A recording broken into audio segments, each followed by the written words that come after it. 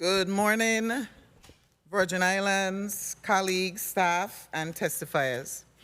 The Committee on Disaster Recovery, Infrastructure, and Planning is hereby called to order. I am Senator Marie C. James, the chair of this committee, and I will be presiding over this meeting today.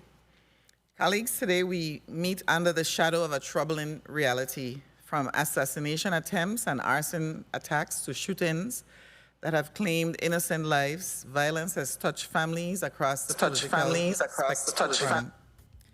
As we begin today's committee meeting, I find myself repeating some of the same words which I started my last meeting. Political violence has no place in our democracy. In a free society, we resolve our differences with dialogue, debate, and a democratic process, not with acts of harm or intimidation. We must reject hatred in all its forms and stand united in our commitment to peace, civility, and the rule of law. Life is fragile, and every day we have the privilege to serve should be met with gratitude, grace, and purpose. Let's move forward today with compassion in our hearts, clarity in our purpose, and courage in our service. Together we can meet any challenge with dignity and determination. I also want to remind everyone that we are in the midst of a hurricane season. And September is the month that, for me, and I'm sure for many others who experienced Hurricane Hugo and Irma and Maria, it is a month that you hope will just go by quickly without any incident. The thing about it is this, that we are also experiencing a housing crisis. And in the middle of this hurricane season, there are still families in trailers at Castleburg. 36 years after Hurricane Hugo destroyed the island of St. Croix. 8 years after Irma and Maria, there are residents who are still displaced from their homes, some of them living on the roofs with tarps. So I want to remind everyone that while we're resolving those challenges in our community, we are in the middle of hurricane season, and it is time, if you haven't done so already, to prepare, not just for yourselves, your families, your neighbors, and the communities you live in. On a special note, I want to thank Senator Kurt Vialet, who supported me during the budget process, and yesterday particularly, with getting the funds for the mobile integrated health care program. And, you know, at times people see senators disagreeing, but they often don't see times when we are agreeing. And I know that with his assistance, it's going to happen in fiscal year 2026, and it's going to make a difference in the lives of people.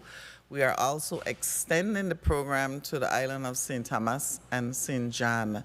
So I look forward to hearing from the Department of Health in the upcoming year about the successes on all three islands with the funding that the MIH program is going to receive. I will now ask Madam Clerk to conduct the roll call.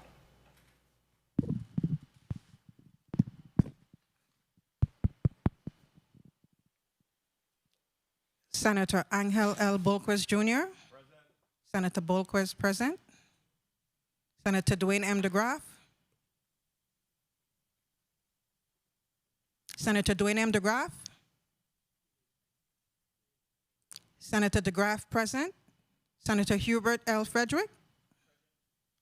Senator Frederick present. Senator Marie C. James. I am here. Senator James present. Senator Clifford A. Joseph Sr. Senator Joseph Sr. present. Senator Milton E. Potter. Here. Senator Milton E. Potter present. Senator Kurt A. Vialet. Senator Vialet absent. Madam Chair, we have 6 present, 1 absent. Thank you, Madam Clerk. We also have non-committee members, Senator Carla Joseph, present with us, and Senator Alma Francis Heilega. Thank you both, and I know that Senator Francis Heilega has a bill on the agenda today. Madam Clerk, do we have any correspondence to be read into the record?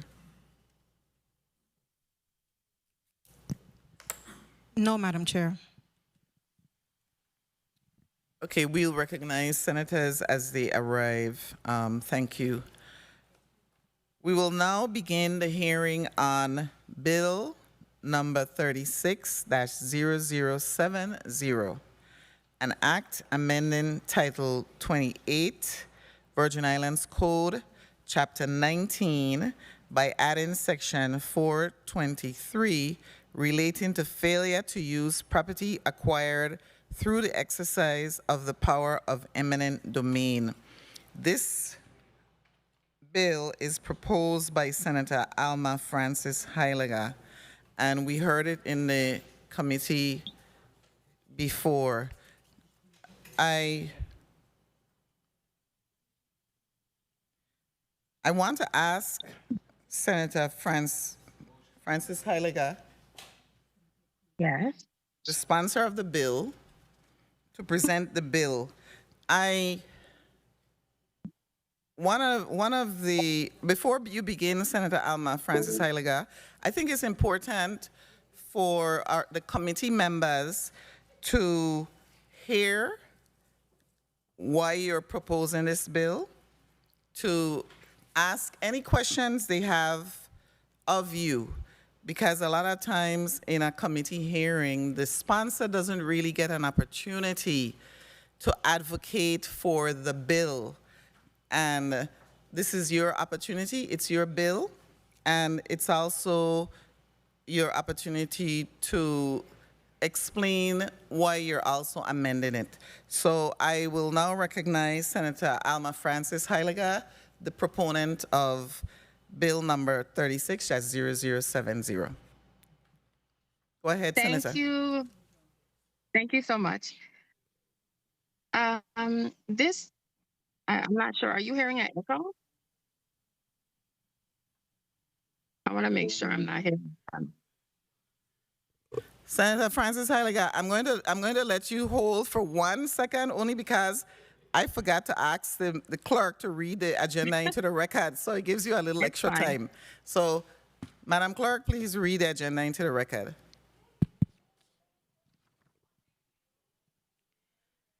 The Committee on Disaster Recovery, Infrastructure and Planning. Friday, September 12, 2025, 10 a.m., Frits Lawaetz Legislative Conference Room, St. Croix, USVI. Block 1, Bill number 36-0070, an act amending Title 28 Virgin Islands Code, Chapter 19, by adding Section 423 relating to failure to use property acquired through the exercise of the power of eminent domain, proposed by Senator Alma Francis Heilega. Bill number 36-0110, an act amending Title 20 Virgin Islands Code, Part 1, Chapter 1, to require a permit from the Virgin Islands Department of Public Works before the excavation of any public roadway, proposed by Senator Angel L. Bolquez, Jr. Invited testifiers, Honorable Derek Gabriel, Commissioner, Department of Public Works; Julio Reimer Sr., Director, Office of Management and Budget; Chris George, Administrator, GIS Division, Office of the Lieutenant Governor. Block 2, the committee will receive testimony from the Office of Disaster Recovery regarding key disaster recovery efforts currently underway across the territory. The discussion will focus on contractor performance, newly awarded projects, and the implementation and oversight of major recovery programs, with special attention to public concerns, transparency, and accountability. Number 1, contractor performance review, territory-wide. receive updates on the performance of contractors engaged in disaster recovery projects and whether construction projects are progressing on schedule and within budget. Discuss project oversight mechanisms and local workforce participation. Number 2, testimony on $961 million in new disaster recovery awards for St. Croix. Receive testimony regarding the recent announcement of over $961 million in disaster recovery project awards. Discuss major initiatives including Rebuild USVI Education Bundle, North Central St. Croix Horizontal Infrastructure Bundle, and the selection process, contractor qualifications, and design-build approaches. Number 3, oversight of the Envision Tomorrow program. Receive updates on progress of homes and address public concerns and media reports, highlighting substandard or unsafe repairs under the Envision Tomorrow program. Review issues raised by program participants and current oversight mechanisms for contractors, and discuss actions to improve accountability, protect homeowners, and restore public trust. Invited testifier, Adrian L. Williams-Octolin, Director, Office of Disaster Recovery. This concludes the reading of the agenda, Madam Chair. Thank you, Madam Clerk. Senator Alma Francis Heiliger, you are now recognized to present your bill. Thank you so much. Good day to my colleagues, to the people of the territory, staff, and testifiers that are there. This is my second go around as this bill was held in committee a while back because we had testimony that came in 360070. And this piece of legislation really focuses on an attempt that when property is taken by eminent domain, that sometimes the government just holds on to it and it's 25, 30, 40 years later, and they have never done what they were supposed to do with it for the intended public use. A lot of times when property is taken, the purpose is for the greater good of the community. But I think it's unfortunate when you take private citizens' property and the government, which is created to serve them, does not utilize the property for what it was intentioned for. We did have a hearing and a meeting. The government did share their side. For the most part, they felt that they should continue to hold on to these properties in perpetuity. In listening to what they said, we understood some of their concerns, as well as listening to my colleagues.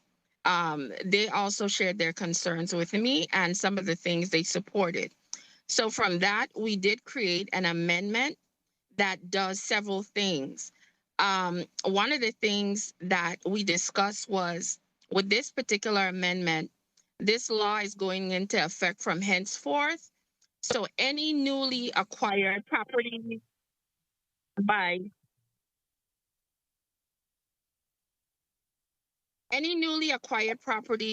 eminent domain, those properties are going to be subject to the 25-year cap. If you have properties that are currently under governmental control that still does not meet the requirements for public use and intended use, those properties, after discussion with my colleagues and the government's concern that this bill would just blindside them, those properties have an additional 10 years attached to them where the government will now have to showcase and show that they're actually going to use it for the intended purpose. During that 10-year period, what we all collectively knew that needed to be done, that there had to be some measure of progress that they could show that they're actually going to utilize this property, such as starting even with build outs, dealing with plans, and to make sure that this was done every 2 years. The Commissioner of Property and Procurement has to submit to the legislature a progress report. All of this is going to be done during this 10-year period. If at the end of the 10-year period, the government still has not done anything or not utilized it for the purpose, and they did not initiate the project, then and only then the families can go and petition the courts to potentially get it back. But the one thing I want to note is we have a definition of the word initiate, because we did not want to leave it open and ambiguous where the government shows up with hard hats and a shovel at the last minute stating that they're initiating the project. What we included was a definition for what initiate means, outside of all the things that they're supposed to show that they're doing some measurable progress over the 10 years.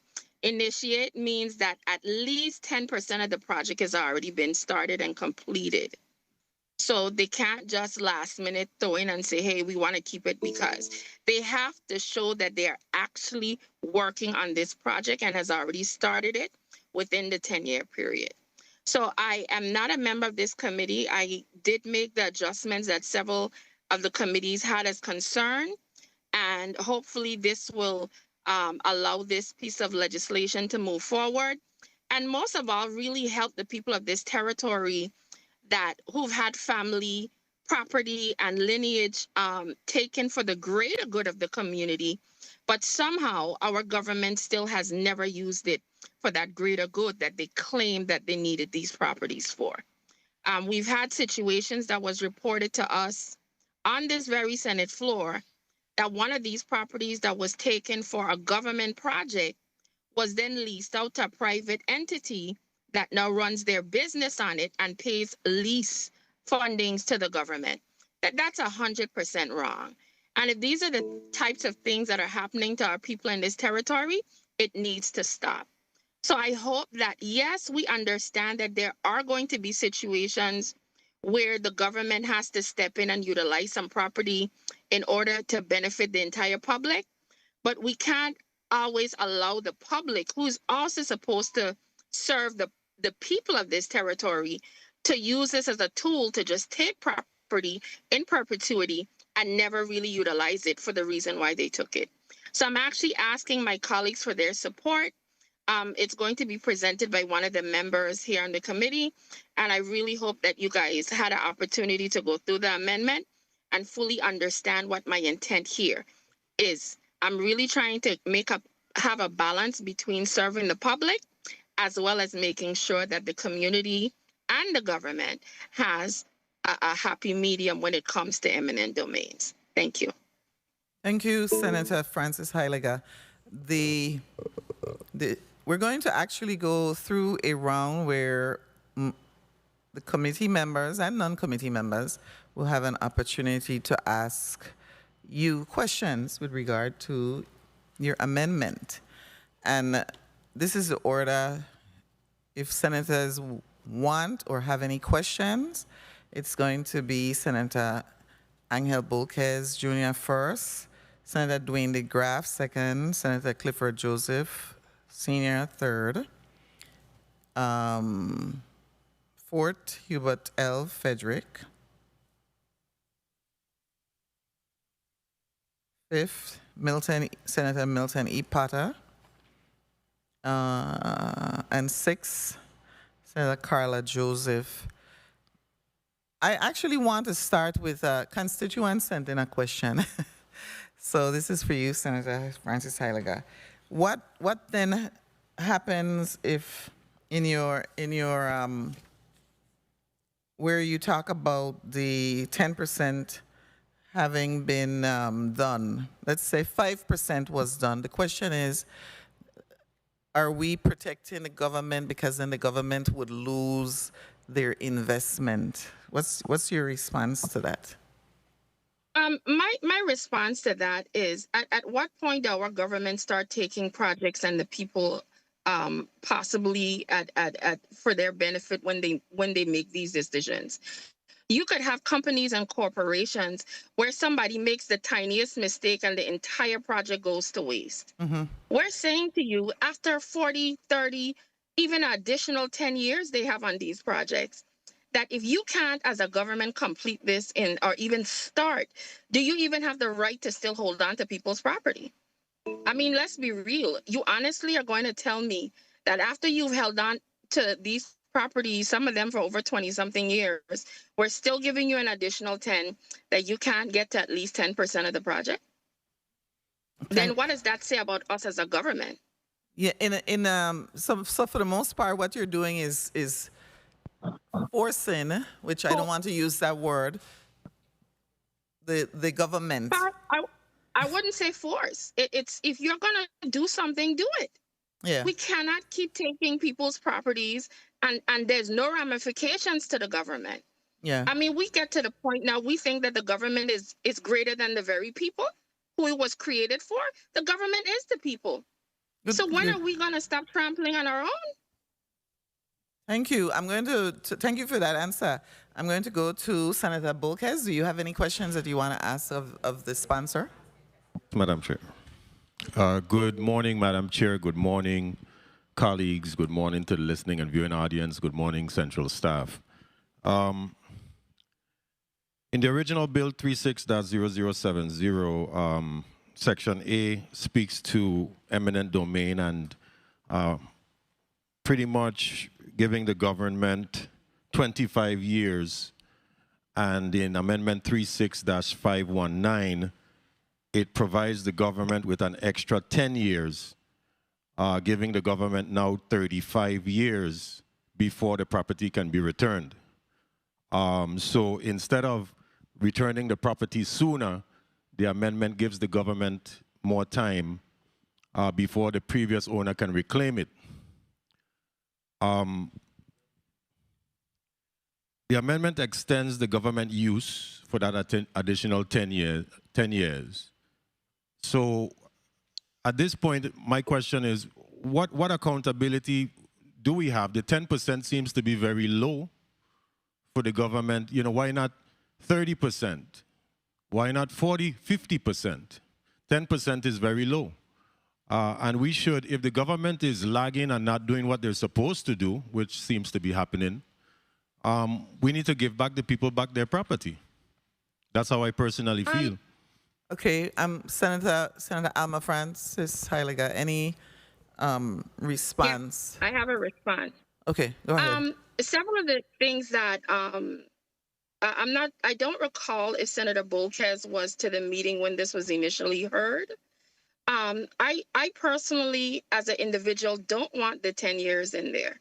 But after speaking with the majority of the members of this committee and other senators, and even the representatives from the government, the problem is this bill, once it's created, is going to go from henceforth. So that means the government is only limited from any new properties they take by eminent domain to the 25 years. But currently they have several properties in their possession. So what the concern with my colleagues were, as well as the government, was what happens to those properties? Do those individuals automatically just get to go and claim them? Now I didn't have a problem with it, because if you were already holding them for 25 years, that I don't know why you should not have been able to go and petition to get it back. But the problem was that the government said, well, now that you're making this law, because we didn't have this limitation before, several of my colleagues and the government said, could you give us some time for those properties that we were still holding on to and didn't do anything with? Give us that 10-year period so we could at least start and get to some level. As it relates to the 10% threshold, that is something, when I was discussing it, you know, sometimes we here in the territory, let's be honest, unless we increase our labor force, we have these major projects that are coming online with dealing with FEMA and the $20 billion to help repair the territory. Some of these projects are going to have to start within the same 10-year period, or the family could go and petition after the 10 years. So I did not want to overdo and say that they need to be at 50% when some of these projects are now potentially just going to be starting.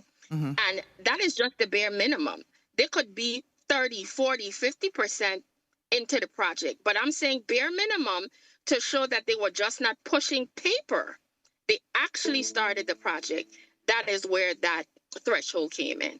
So I hope that answers your concerns. Very well. Thank- With the 10-year portion of the amendment, I'm not in favor of that because it creates a loophole, in my opinion, that allows the government to hold on to properties without actively using them. 25 years is a substantial amount of time for this government to be able to make decisions.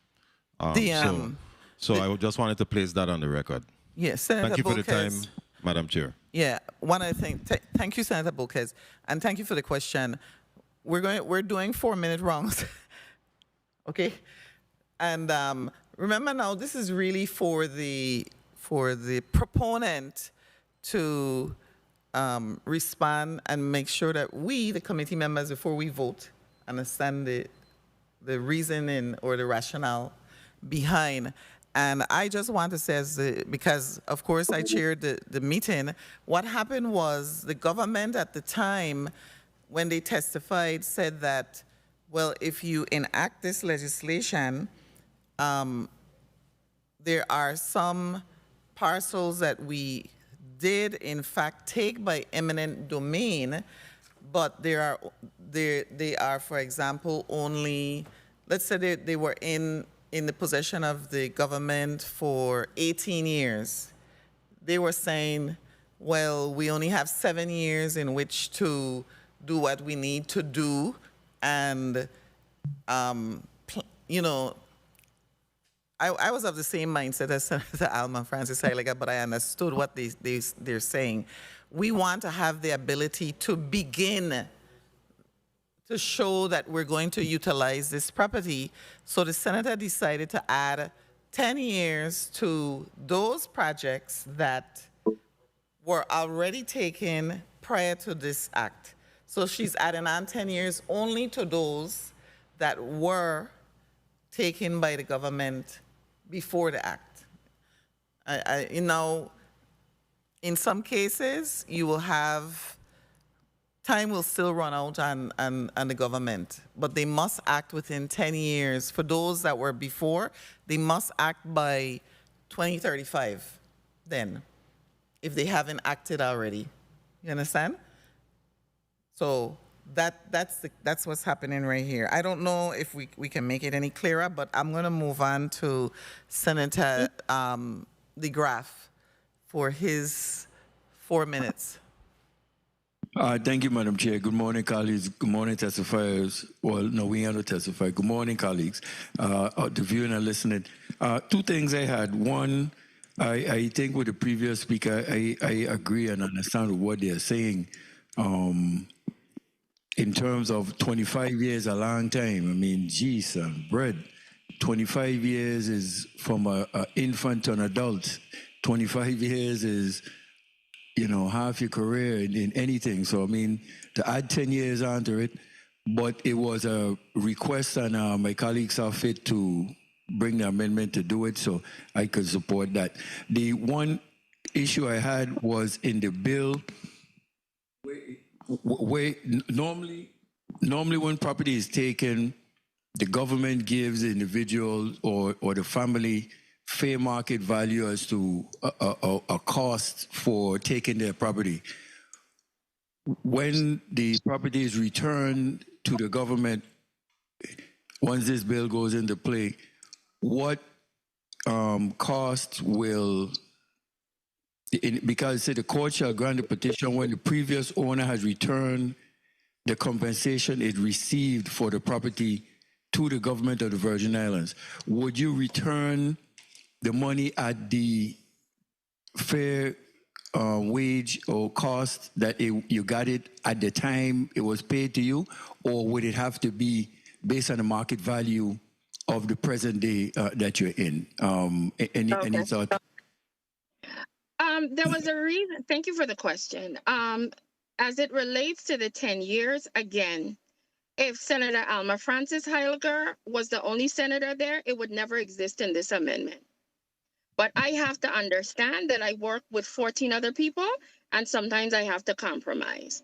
And several of you there that were at the meeting is who suggested this 10-year period. Now, And speaking to other colleagues, that is how I came up with that consensus. But if it's up to me, I would have started proceedings from time. That's just me.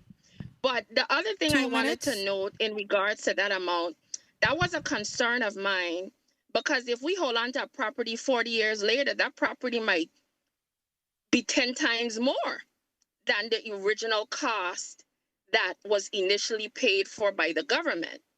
So my concern with that is some families might never be able to get back their property if that was the case. So what we did is we left it at the original compensation. For example, in several cases, when the government holds on to assets and properties, sometimes we just return it back no matter how long you get it. So in this situation, we don't want to disenfranchise those families that might have to come up with 10, 20 times the amount because the government held on to their property 40 years. That's not fair to them. 1 minute. So how we wrote it is they return that specific amount of funding.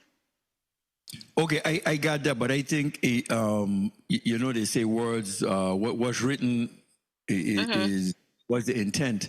So I think, even though I want to support the bill 100%, but I think we need to indicate that a little more clearly for in another amendment going forward, that the government understands that the person who's turning the money to them would return the original value, which, like you say, gives that family a chance, because that property may have quadrupled in value by the time it is done. So I thank you. I support the bill.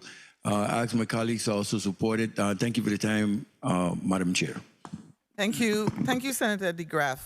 The language does say that when the previous owner has returned the compensation it received for the property to the government of the Virgin Islands. And in fact, what you're saying was what the government was also saying, that you know, the market value would have increased, but it would be unfair, and I think you're agreeing with us that it would be unfair for the previous owner to now have to pay the government this increased market value when the government didn't make any use of the property. I think we're both saying that, right, Senator DeGraff? Yes, Madam Chair, you're correct. Yeah. Okay, thank you. So we will now go to Senator Clifford A. Joseph Sr. Thank you, Madam Chair, for the time. I will be in support of this bill.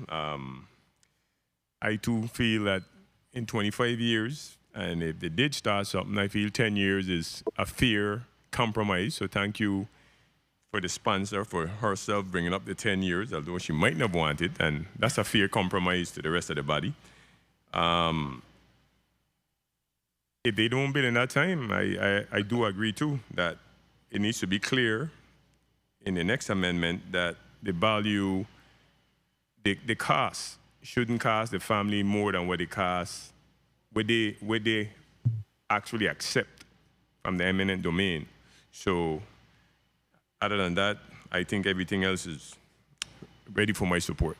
So if you add that portion where the return to the family will be at cost, because remember now, the family also have to pay some court fees to get back their property, so they're already accumulating a next cost. So with that, I don't think we need to add on the additional by saying if the value goes up, because if the value goes down, it's the same. If the value for some reason had to drop, it'll be the same. Whatever the government gave you for the money, I mean for your property, you'll have to return the same amount of money to the government. So thank you for your time, Madam Chair, and I'll be supporting this measure.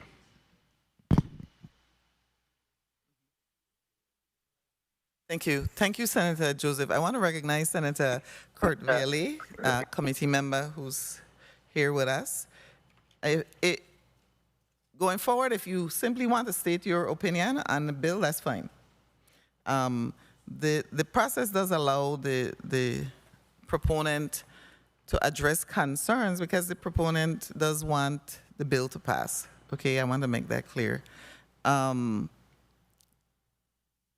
So the next senator would be Senator Hubert L. Frederick.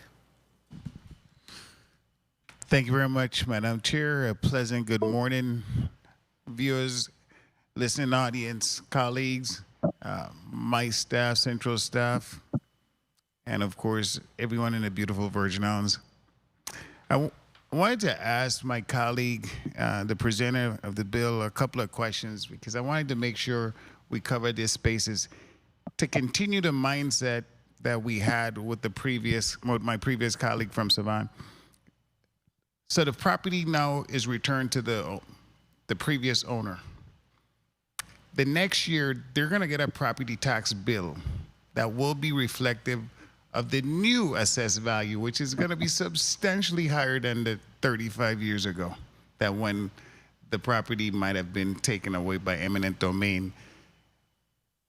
What is our position for the hardship that this family is gonna be dealing with now, or the heirs, because now it's gonna be a lot of money.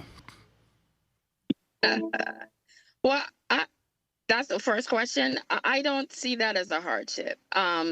For me, if they had held on to the property during the 25 plus years the government had it in their possession, they would have ultimately had to come up and pay that property tax if it was in their possession. In addition, if they have to come up with funding to return the compensated amount to the government, maybe it would be in their best interest to make sure that they set aside at least the first 1 or 2 or 3 years in property taxes. Some people might have the money available. Some might have to go take out a loan or whatever the case is. But if they really want back their family property, they should also make provisions to include that until they get adjusted to it being part of their regular payments as part of dealing with property here in the territory. Okay, thank you very much for that clarification. As it relates to the next 10 years that your amendment suggests, what if there's an environmental issue or a technical study 2 issue minutes. that really precludes the government from wrapping this up? Are we still gonna have that hard stop date? I know they're gonna be reporting to the Senate President every 2 years, but, and the only reason I said that is because of the issue we've had locally with building things like Paulie Joseph Stadium. That was 10 years. And, for whatever reasons, the delay occurred. I could see this happening if it's a technical issue, if it's in a very sensitive area. Is it still gonna be a hard stop? Listen, again, if it was up to me, it would not have even existed. But we are making a compromise in order to accommodate colleagues as well as the government. And stop and think about it. If the government already chose this property, don't you think that they would have already done some type of assessment when they went to take it by eminent domain? They have to do a lot of 1 studies minute. to see if certain things can be in particular locations and if they can accommodate prior to even taking it by the eminent domain. So some of these issues that you might think might show up in the 10 years, they would have had to known about them before they even took the property. So, things might happen in 10 years, but if you have an issue where you haven't even done anything in 25, 30 years, that's on the government. We have to stop making excuses for not 30 doing seconds. their work. And I totally agree that the government has to be a lot more responsible for their action and really timely in the way they evaluate these projects. The reason I'm saying that is because we know even if you're responsible and all that stuff, you have technical issues that pop up. Maybe an endangered species was found or skeleton remains, and that draws out the process. So I just wanted to know, were there any exception, or is that a hard 10, Time. regardless of what happens? We got to And the before point you answer, where- real quick, we had an issue recently where we found some skeleton remains on our property that's owned by the federal government. So this is very possible that, we could find an abandoned burial spot, whatever that pushes it back. So I just wanted to know the thought process you had with this 10-year extension. Again, if it was not up for my colleagues of the government, the 10 years wouldn't have even existed in this bill. But I think 10 years is more than enough for them to put a fire under them. Hopefully in the 10 years, if there are any technical glitches, they could get it cleaned up within that 10 years. That is a very long time. I mean, we had somebody before us the other day that put up a 129-room hotel in 21 months. And that's a private entity. At what point does the government stop the madness and stop taking people's property and be held accountable? Thank you, Senator. Thank you, Senator Francis Heiliger. The next person, Senator, will be Senator Milton Potter.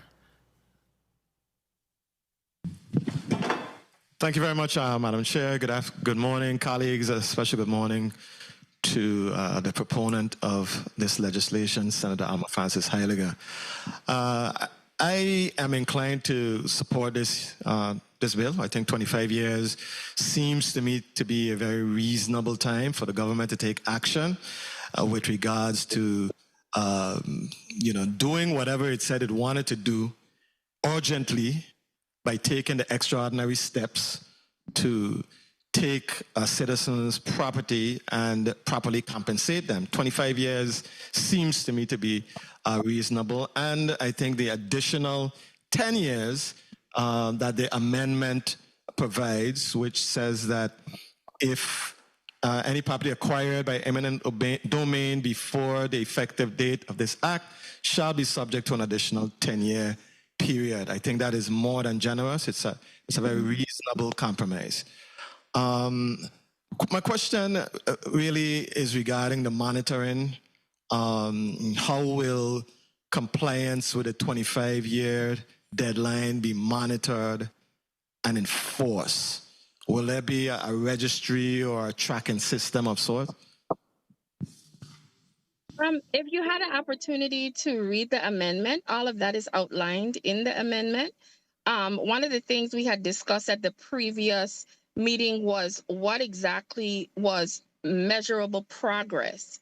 And we did outline that as what we do for public use, project planning, if they have done a demonstration that they're actually moving forward with the project, and to guarantee that this is done in a timely manner over the 10-year period. One of the things that was recommended was a report be submitted. So inside of that amendment, the Commissioner of Property and Procurement, who oversees eminent domains, will send a report every 2 years to the legislature of the Virgin Islands, so we could make sure that it's done continuously and they're making progress over the 10-year period. Thank you for that. 2 minutes. Regarding the survivors, for example, if the original owner has passed and there are multiple heirs with possibly conflicting interests about reclaiming the property, how do you see that being resolved? Is there a mechanism for addressing unique issues like that that might not necessarily be unique in the sense of the parents own the property, parents have passed, multiple heirs with conflicting interests about reclaiming the property? Any thoughts on that? You're asking your question as it relates to dealing with probate in the territory. It will be dealt with like any other situation where heirs. Every time somebody passes on and there's an heir, there's usually an administrator over that estate. Now, the administrator is usually the person to take charge. And if they make a decision or the family gets together, most of the time these things are done by majority rule. Some families, we had a discussion the other day where there's a piece of property in St. John for the marina. At one point, the families gave up and said, okay, let me sell it. But then they came back together. The majority of them, by majority rule, decided, hey, we're going to just keep it because we've had enough of this. So it's going to be done more than likely with the heirs on their own. That's not something we need to regulate. The question is, the project halts until the probate situation is rectified for another 10 years. So the 25-year threshold has been met. Government hasn't taken any action. I guess the heirs are, Time. have different perspectives. Would it be a situation where the project would be halted until the probate matters are rectified? I heard them say time. Can I continue? Yes, you may, Senator.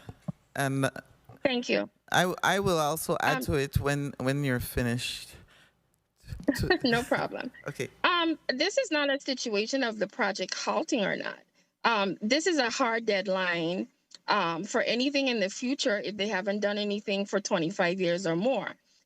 For those properties that are currently potentially being dealt with and is going to have to deal with it 10 years, if there's a dispute amongst the heirs, again, the heirs and the family deal with that. If they already started and they didn't, the key is this will never give the property, the family an opportunity if for some reason the government doesn't do what they're supposed to do. So if they want to, if it takes a while amongst themselves to dispute over this, they'll figure it out. But they will never have the opportunity if the government does what they're supposed to do. This only triggers to the family and their heirs if we as a government don't do something. So I know the chairperson said they want to share their thought. Thank you, Senator. Thank you for your time. Thank you, Senator. Thank you. Senator Potter, and thank you, Senator Francis Heiliger. That was an interesting question that you asked Senator Potter, but that would open this forever, which is the intent of this legislation is to end things, right? And so the previous owner has died. That's it. Think about it. I can't see how heirs would inherit a cause of action under a statute like this. But it was an interesting question. You know, it makes me think as an attorney that you're opening it up to the heirs to the previous owner. So it's almost as if you're saying, as the child, I need to pay attention to what the government is doing or not doing. But my position would be that once the owner has died, the cause of action has died also. That's my position. We will move on to point of information from Senator Bolquez. Thank you, Madam Chair. There's a retroactive component in this amendment that covers that 10-year extension. And the original owners or the heirs expected that the 25-year mark would give them the opportunity to reclaim their property. And this 10-year extension delays their rights, and it doesn't seem fair, especially if they were relying on that 25-year mark. There's other risk with the 10%. I feel like the 10% is too low. If the government is going to do something, then they need to do more than 10%. Thank you, Madam Chair. Thank you, Senator Bolquez. We are going to move on. I want to recognize Senator Novell E. Francis Jr. Thank you for coming. And we're going to go to Senator Carla Joseph. You're recognized for your 4 minutes. Thank you so much, Madam Chair. Madam Chair and the proponent of this measure, I really understand at heart what the proponent of this measure is trying to do. And I think what you're trying to push is for persons whose property, landowners and property owners whose property was acquired by eminent domain, because usually if it's acquired by eminent domain, that means the government need it for a specific purpose and they have a time frame to get it done, use that property. And the government may be derelict and deficient in moving forward with some of those properties based on what it justified it was acquiring the property by eminent domain for. So I can appreciate that. I really do. I do have a question because I see it as a possible loophole, and I really appreciate with the bill sponsor that you are trying to push the government to do what it said it was going to do. That's very important. That's key. When they acquire the properties by eminent domain from private landowners. But my question is, through the chair to the bill sponsor, is after the 10%, now I am in item F3 at the 2, II, the 10%, and they show that they have initiated it by 10%. What prevents the government from just saying 10%? What will happen? And then they leave the property unusable, haven't made any strives to actually build on that 10%. They just meet the threshold 10%, and then the property goes again now incomplete. They're not doing any type of work on it, but because of this amendment, they are now just saying we're just going to do the bare minimum with a 10%. Because like I said, I understand what you're trying to do with this bill. I do, and I understand why it is needed. But again, if we want to hold the government foot to the fire, they could go ahead and say they're going to meet the initiating or initiate definition by 10% of the work completed, which I think is a low amount, but then they don't do any other work after that. And then what happens to the property? It stays there derelict, unused. So how can we resolve that, you think? What is your position on that question, sponsor? I am a resident of the United States Virgin Islands, and I was elected to become a senator. 1 minute. We would have to be a bunch of ridiculous people to start a project more than likely worth millions of dollars and just leave it abandoned because you only did 10%. That shows that we as a government, probably our leaders are incompetent. And my argument is, how do we solve that? Then it's going to be, how do we solve that they do 20%? How do we solve that they do 30%? It's going to go on forever.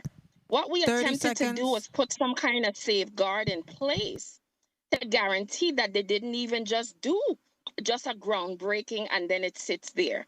And in my attempt to guarantee that they just don't do a groundbreaking, I made sure I included a definition for initiated. Now, because I did that, the question is now, okay, well, what if they do that? And then what happened if they do half of the building and just stop? We have to understand that as a government, we have not only a fiduciary responsibility, but also a financial one.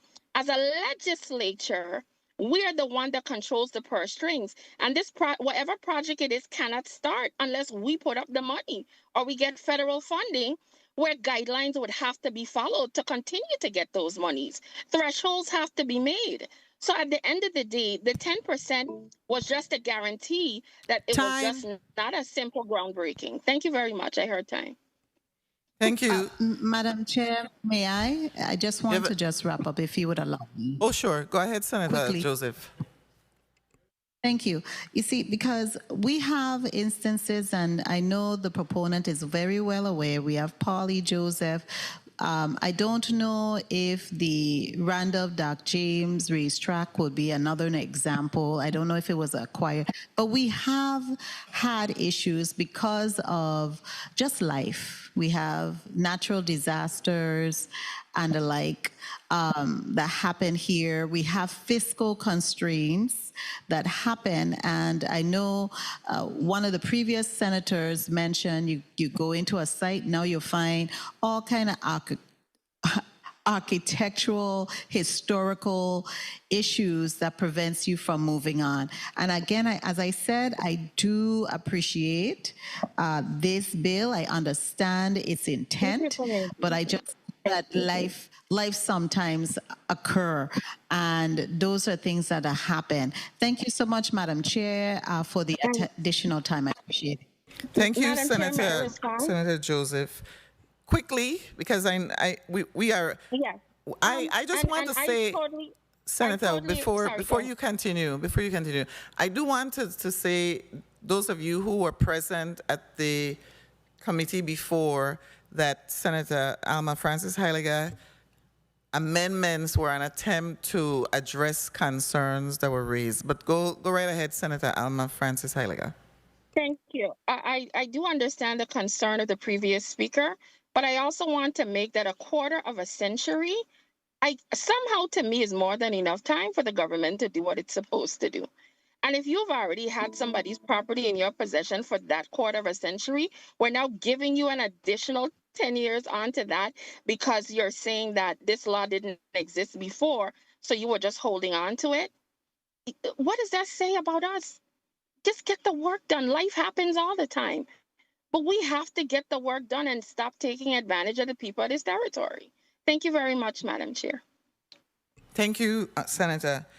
I will now recognize Senator Kurt Viale for your 4 minutes. Thank you, Madam. Thank you, Madam Chair. Good morning to the people of the Virgin Islands. Good morning, colleagues. The definition of eminent domain is defined as the power of the government to take away someone's private property for public use. Whether it's building a road like the bypass was done, or it's a hospital, or it's a school, the government have the right to take the property for public use. The original bill says 25 years. Eminent domain means that you are taking it because you have a plan. You need to do something in the short term. So 25 years is a quarter of a century. And we debating about the government not doing what they said they were going to do for a quarter of a century and then adding on an additional 10? The 10 is unnecessary. Because if that 25 have already elapsed, you don't need to give them a next 10 years. We're talking about 35 years of a homeowner's life in which their land was taken away for public use. 35 years. So if they took the land when I was 40 years old, I have to wait until I'm 75 based on this if the 25 years have already expired? And some of these lands that you're talking about are generational owners that had land for years and they're getting older. Public use is public use. If it's not being utilized, the owner has the right to reclaim the land. And they're getting it back for free. They got to make the compensation. They got to pay the same amount that they receive for the land. And if the property tax went up, whether or not they had owned it or not owned it, the property tax still would have gone up. So if you were the owner and they reappraise the land, the property tax is still going to go up. And Polly Joseph is government land, that's an example. Polly Joseph is just incompetence, that's an example. Randall F. James racetrack is government land, that's Port Authority. That's no example. You're talking about taking acreage away from families for public use. So the sponsor of this bill, I don't know where you get all this generous bone, but 10 years extension and 10% and all kind of, 10% is no progress in 35 years, 10%. You need to amend that. You know, if somebody's going to claim, get a government 3 years. And then on measurable progress, they said they have this plan or that. You had it for a quarter of a century. And the bad thing is the flip side is that some of the land that was taken for public use, the government now looking to utilize the land for other use that would have enriched that property owner if they had kept it. So they're now saying, well, we'll build this something different. We'll build this industrial complex, or we'll give this. And it's not fair because it was taken for a school. It was taken for a public use. So I really don't think we need a lot of debate. I think we need to vote. 25 years is 25 years. It's too long. Thank you, Madam Chair. Thank you, Senator Viale. Sure, I'll give you 1 minute. Thank you. I support every single thing that the previous speaker just said because that has been my message throughout this entire day. I have never been in support of the 10-year extension, but like I said, I spoke to a majority of my colleagues, And the government that made their presentation and the majority of you said that y'all wanted at least 10 years to give the government a chance to do this. I personally don't feel it's necessary because some of these properties have been taken for more than 25 years. I also agreed with what he said in regards to the property tax as well as Polly Joseph. Those are government projects, and that shows how we handle things. And it's not fair to do to others how we are not forthright and meticulous in making sure our own projects are done. So I agree with what he said, but again, I work with 14 other colleagues and majority rules. Thank you, Senator. And also, you know, for those 25 years, the government was not paying any property taxes. You know, when you think about it, the land was just sitting there. And 25 years is a long time. I agree with my colleagues. Senator Novell E. Francis Jr., you're recognized for your 4 minutes. Thank you very much, Madam Chair. Good morning to you, my colleagues. Good morning to the people of the Virgin Islands. I, first of all, want to say that I'm not a member of this committee, but certainly I had an opportunity to sit in during the previous hearing. And again, I want to commend the bill sponsor for her stick-to-itiveness in bringing forward and continue the work that she promised to do in respect to bringing this bill back before us. The recommendation that was made for the 10 years were made by the government official that presented, as well as some of us agreed that there could be some compromise or consideration in that. So I certainly support the 10-year compromise that have been added to this measure. 25 years is a long time, and even before a property is taken by eminent domain, there's a lot of contemplation that goes into the government entity deciding to move on acquiring any type of property, sometimes for years before that happens. So 25 years certainly is sufficient time for them to be able to do that. The 10-year compromise is worthy. Where I have a hang up on is in respect to the 10 years, 10%. That could simply mean clearing the property.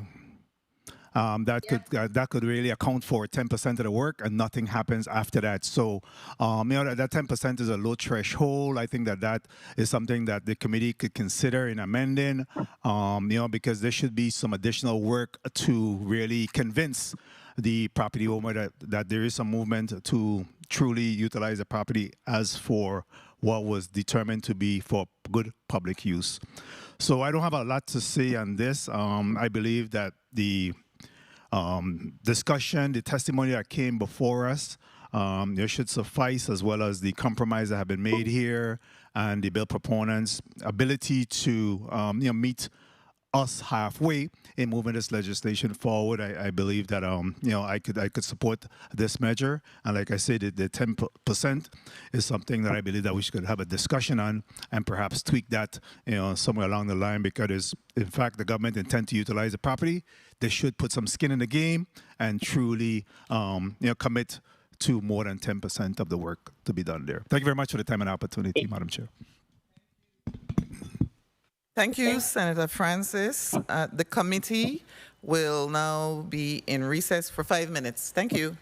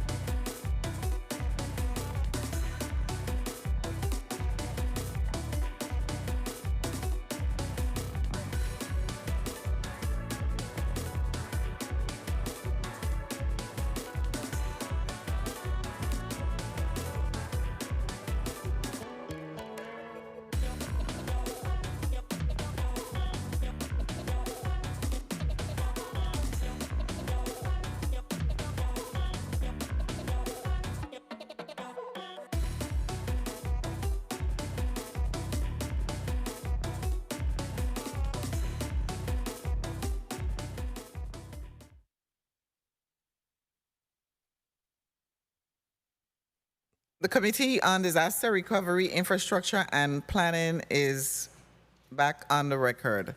Do I hear a motion? Amendment. Senator I forgot him. Hubert Frederick, you're recognized for your amendment. Thank you very much, Madam Chair. Amendment to Bill number 36-007, Section 1, Internal Section 423, is amended by inserting the following subsection E and F. E, any property acquired by eminent domain, technical amendment. Strike the effective date of this act, add 2005. We're going to take a 1-minute recess. Thank you.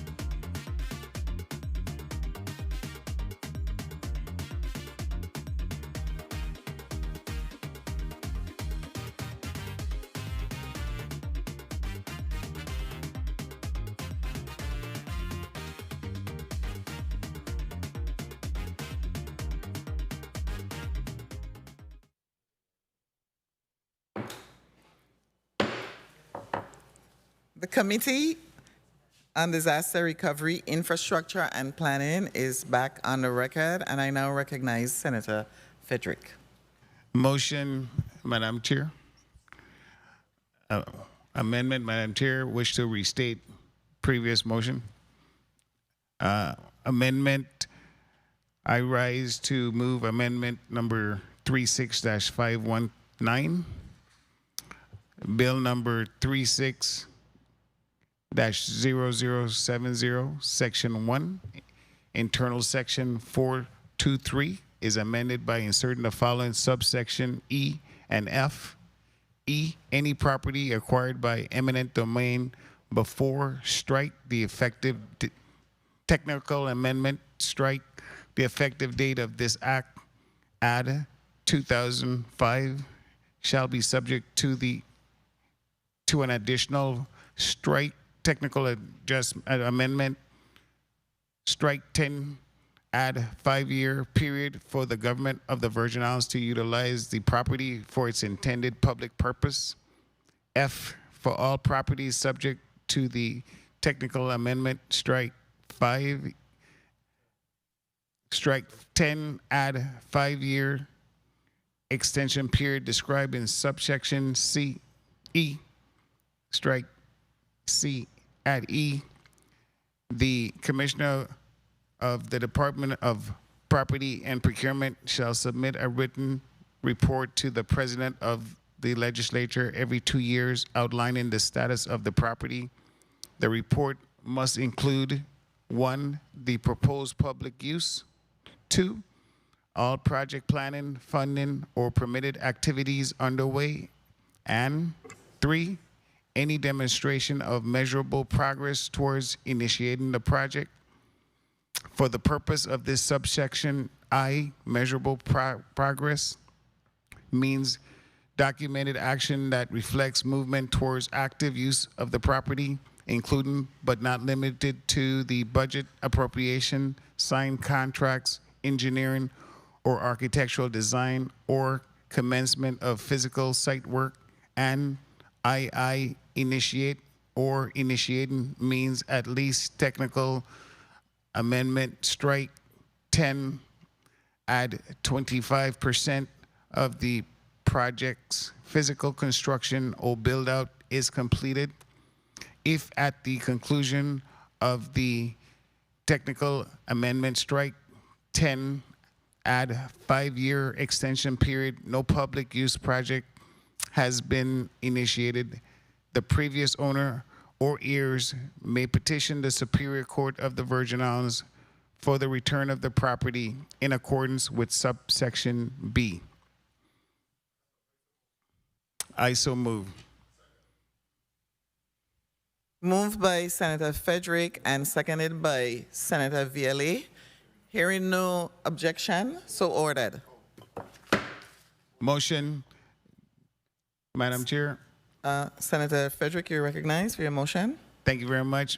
Bill number 36-0070, an act amending Title 28, Virgin Islands Code, Chapter 19, by adding subsection 423 relating to the failure to use property acquired through the exercise of power of eminent domain as amended.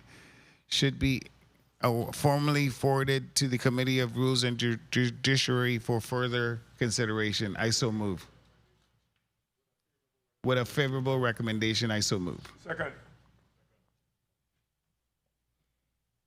Moved by Senator Frederick and seconded by Senator Joseph and Senator DeGraff and Senator Bulquez.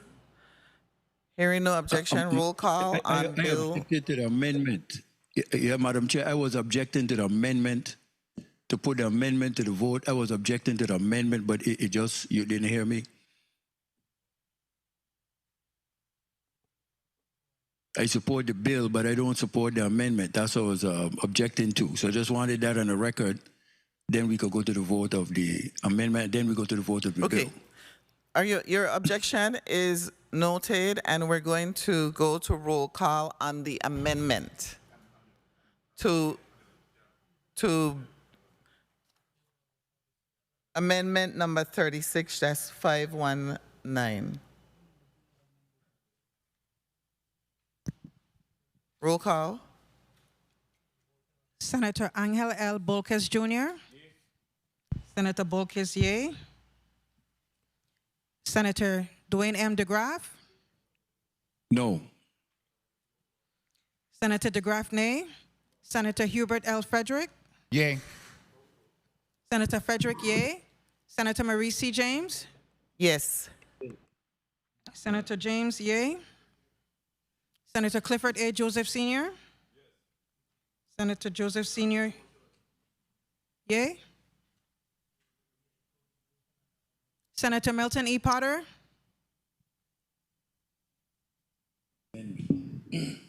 Senator Milton E. Potter. Not voting. No, no. Senator Potter, nay. Senator Kurt A. Violet. Senator Violet, yea. Madam Chair, we have 5 yeas and 2 nays. Thank you. Thank you, Madam Clerk. Motion carries. Senator Frederick, you're recognized for your motion.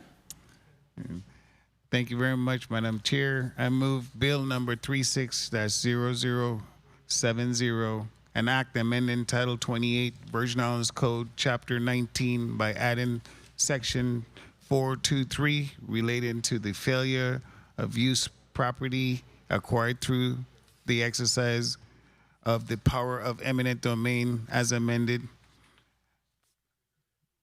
be favorably approved by the Committee of Rules and Judiciary. I so move. By the Committee of Disaster Recovery, I so move. And sent to the Rules Committee for further consideration, I so move. Thank you. Moved by Senator Frederick and seconded by Senator Violet and Senator Joseph. Roll call on Bill number 36-0070 as amended. Senator Angel L. Bolkes Jr. Senator Bolkes Jr., yea. Senator Dwayne M. DeGraff. Yes. Senator DeGraff, yea. Senator Hubert L. Frederick. Senator Frederick, yea. Senator Marie C. James. Yes. Senator James, yea. Senator Clifford A. Joseph Sr. Senator Joseph Sr., yea. Senator Milton E. Potter. Yes. Senator Potter, yea. Senator Kurt A. Violet. Senator Violet, yea. Madam Chair, we have 7 yeas. Thank you, Madam Clerk. Bill number 36-0070 as amended, an act amending Title 28, Virgin Islands Code, Chapter 19, by adding Section 423 relating to failure to use property acquired through the exercise of the power of eminent domain has been approved by this committee and will be forwarded to the Committee on Rules and Judiciary for further consideration. Senator Alma Francis Heiliger, do you have any? I'll give you 1 minute. Okay, that's more than enough. I just want to say thank you to my colleagues for understanding what this piece of legislation is about and really giving the people an opportunity to reclaim their lands that was taken by the government for an intended purpose for public use and never has been utilized. So hopefully this is a step forward in making sure that people have an opportunity to hold on to their family lands, even given this opportunity to get it back, even if it was taken by eminent domain. Thank you so much. Thank you, Senator Francis Heiliger. The hearing on Bill number 36-0070 is now closed. And Madam Clerk, please read the next item on the agenda for Block 1. Bill number 36-0110, An act amending Title 20, Virgin Islands Code, Part 1, Chapter 1, to require a permit from the Virgin Islands Department of Public Works before the excavation of any public roadway, proposed by Senator Angel L. Bolquez, Jr. Thank you, Madam Clerk. We will now hear, well, let me first have the testifiers in this block identify yourselves, put your name and title and position on the record, starting with Commissioner Gabriel and St. Thomas. Good afternoon, Derek Gabriel, the Commissioner of the Department of Public Works. Thank you, and St. Croix. Good afternoon, Chris George, Administrator, GIS Division, Office of Lieutenant Governor. Thank you to both testifiers. And who speaks to this bill? I do, Madam Chair. Please proceed, Senator Bolquez, Jr. Thank you, Madam Chair. Madam Chair and colleagues, I rise today to introduce Bill number 36-0110, a critical piece of legislation that establishes a structured, transparent, and enforceable system for the requirement of permitting systems for excavation of public roads in the Virgin Islands. Our public roads bear the brunt of heavy infrastructural work, trenching, and commercial use, and there has never really been a regulatory framework governing the process of permitting for the public roadway excavation. For far too long, companies, including major utility providers, have been allowed to excavate our roads for as little as $25, often with little oversight or no guarantee of proper restoration. This system has left behind damaged roads, unsafe conditions, mounting costs, and inconvenience for the people of this territory. The lack of a uniform permitting system, financial responsibility measures, and a long-term infrastructural plan has left the Department of Public Works with limited authority to enforce standards or impose penalties on violators. This bill changes that.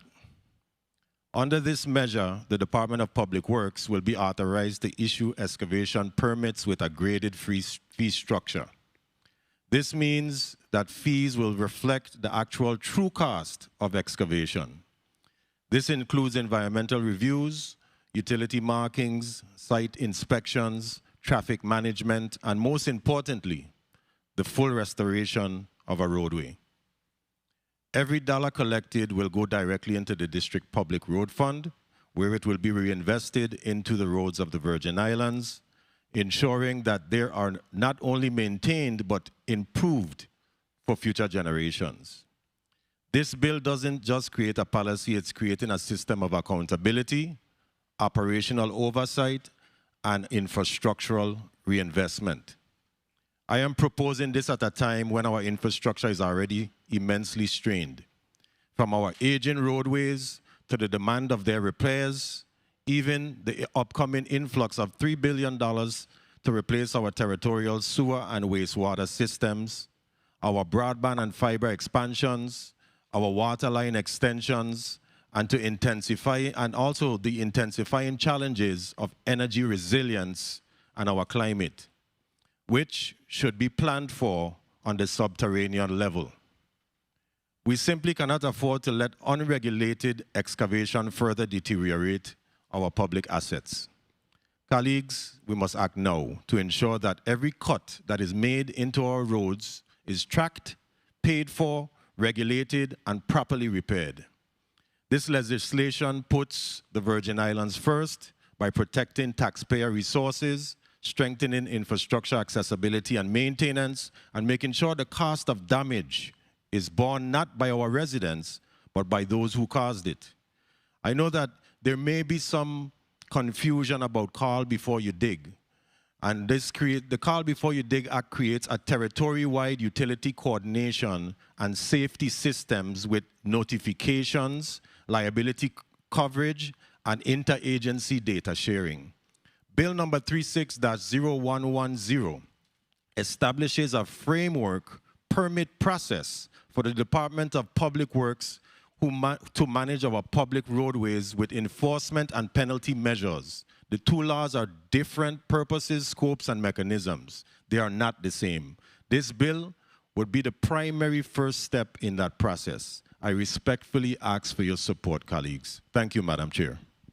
Thank you, Senator Bolquez. I first want to say that I spoke to the director of OMB, as well as we received correspondence from him that he is not going to be here today. So he has been officially excused from this meeting. It's a very straightforward bill, though. So we're going to begin with the Commissioner of Public Works. And I want to thank both testifiers today for your patience. We really appreciate it as we went through the prior bill. So wow, I'm making you a senator, Commissioner Gabriel, go right ahead. Thank you, and good afternoon. Senator Maurice James, Chairperson of the Committee on Disaster Recovery, Infrastructure, and Planning. Committee members, all other senators in attendance today, all those seated in the Senate chambers, as well as those in the listening and viewing audience. I am Derek Gabriel, Commissioner of the Department of Public Works. Thank you for this opportunity to provide testimony pertaining to roadway excavation permits. The Department of Public Works has direct oversight responsibilities for all roadway excavations, as well as driveway, burial plot, and roadside advertising permits in the territory. Excavation of public roads without proper permitting poses significant risks, including utility damage, environmental impacts, increased costs, and long-term damage to public infrastructure. Prior to this bill, the Virgin Islands Department of Public Works had already implemented a road excavation permit program to address these issues and guarantee that excavation is conducted safely in harmony with existing roadway and utility systems. Since late 2022, the executive team of the Department of Public Works has held several meetings with the bill sponsor regarding the existing permit program and its challenges, especially in light of increased undergrounding efforts for public and private utilities. The program's requirements, fees, and regulations are posted on the department's website. I have also attached a copy of the application for your reference. It is essential to note that the department lacks the necessary resources to enforce compliance. Section E of the proposed bill mentions fines and penalties. However, the department cannot hold applicants accountable for unapproved excavations, disregard for standards, or non-payment of fees, except to withhold future permits, which is not always practical. To increase effectiveness, I propose granting the department enforcement authority and including provisions for emergency excavations, which are imperative for public safety and critical infrastructure. Additionally, I advise this body to grant the Department of Public Works full authority over all of its permit programs.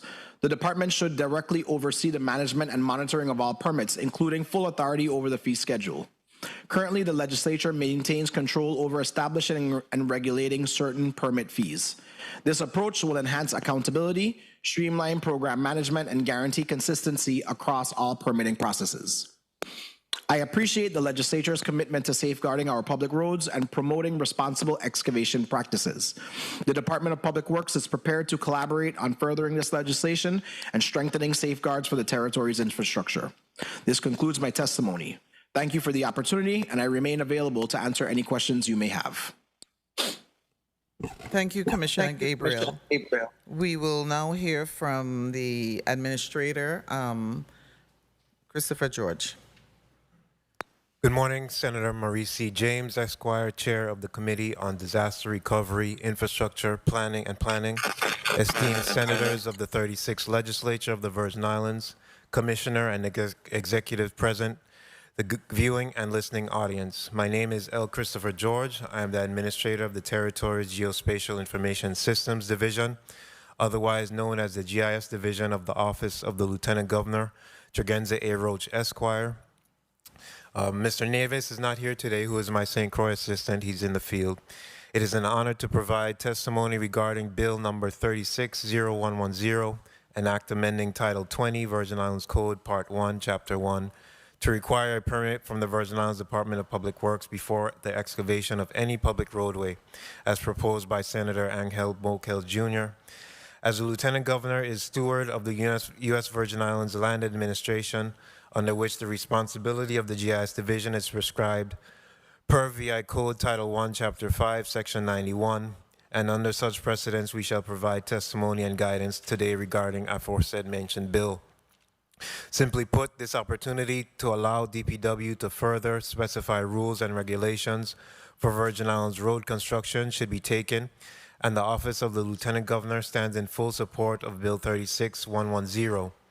Alternatively, for the Office of the Lieutenant Governor, with the granting of more specified rules and regulations, we should recognize the advent of a need for specified definitions and mode of executions emanating from DPW's permitting process.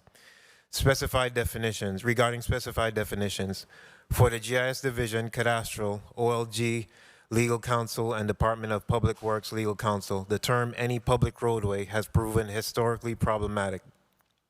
Other than the limited number of road-specific legislation made by this body over the years, or by default the federal highway routes, the territory does not have a clear definition that denotes public versus private roads. This is an example of how loose terminology over time and past kick the can down the road attitudes affect the good intent of the present. The GIS Division recommends in very short-term fashion that the actual definitions of what are public or private roads be put in their place. The legal battles that have sprung from this very specific situation are too numerous to mention, and as yet we as a government have not dealt with it. The GIS Division can assist in providing methodology in solving this matter. Regarding modes of execution, upon enactment of this amendment to Title 20, this body should immediately recognize that this issuance of a road construction permit is actually the step one of the call before you dig legislation, as Senator Bolk has pointed out earlier in his introduction. The call before you dig legislation provides the much needed legislation backbone as to why data sharing is important to critical infrastructure development and maintenance. However, please note that at this point, a comprehensive, accurate catalog of all underground utilities in the Virgin Islands does not currently exist. To achieve optimal operation, efficiency, or critical infrastructure construction, that need must be fulfilled. DPW has made significant progress in the data requirements for preliminary schematics as well as final as-builts from their contractors, which in turn they pass on to the territorial GIS platform for sharing amongst our infrastructure partners. As of 2025, we are thankful that we are realizing the necessary contractual partnerships with infrastructure agencies such as DPW, Virgin Islands Water and Power Authority, Office of Disaster and Recovery, One Communication, and Liberty Broadband. Though the GIS Division has made much progress in critical infrastructure, data sharing, these are issues in data development and accuracy standards that prevent us from obtaining comprehensive data capacity.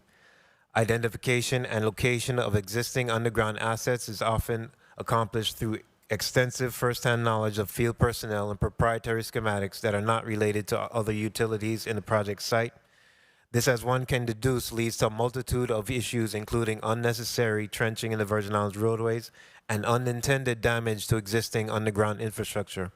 In the short term, there are various preliminary steps that can be taken to achieve a mode of efficiency for USVI road data quality until such time a comprehensive data catalog of critical infrastructure is created.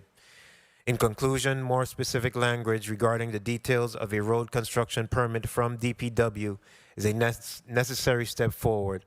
Upon enactment and once in utilization, a road construction permit should most importantly be perceived as the first trigger in adhering to the call before you dig legislated protocol.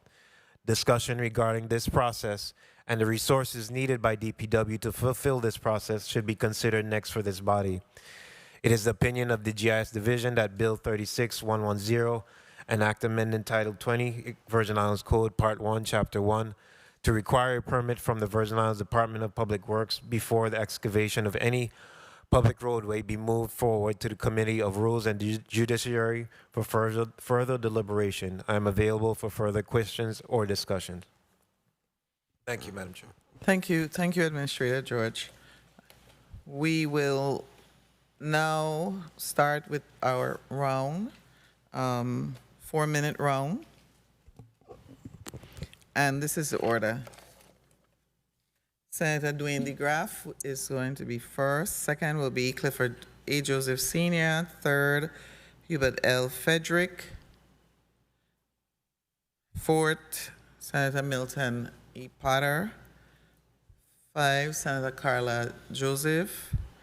And 6, Novell Francis. And then we will have Senator, well, I would then, and then Senator L. Bulkes Jr. So, Senator Dwayne DeGraff, you can begin with your 4 minutes. Okay. We're going to move on to Senator Clifford Joseph Sr., and then we'll go back to Senator DeGraff when he returns. Senator Clifford Joseph just exited the room on me, so. Okay, Senator Hubert L. Frederick, you will start, and then we'll go back. Thank you very much, Madam Chair. Appreciate the opportunity. Again, a pleasant, good afternoon, colleagues, listening and viewing audience, central staff, my office. I want to first take the opportunity to thank the sponsor and senator for this legislation, because I think it's something that we've had issues with for quite a while, and we needed some clarity. And I think I couldn't think of two better people to ask questions to about this. Commissioner Gabriel, good day, sir. Good afternoon. Good afternoon, Senator. We've been dealing with a lot of work being done on the road by contractors in the past, and they've left their mark in an unpleasant way. We're glad for the infrastructure improvement, but the after effect has always been very uncomfortable for the traveling motorists. And we have made numerous calls to your department about the roads, and I know that it's pretty vexing that you have to always try to explain for someone else who did the job why the roads are in the conditions they are. This bill helps address that. Why wasn't something else in place prior to this? Why did it have to get to this point? Again, good afternoon, Senator Frederick. We do have a current excavation program in place. The department does have on its website an excavation permit. Public and private utilities are required to fill out those permits before any undergrounding can take place. Any sort of excavation can take place in the territory.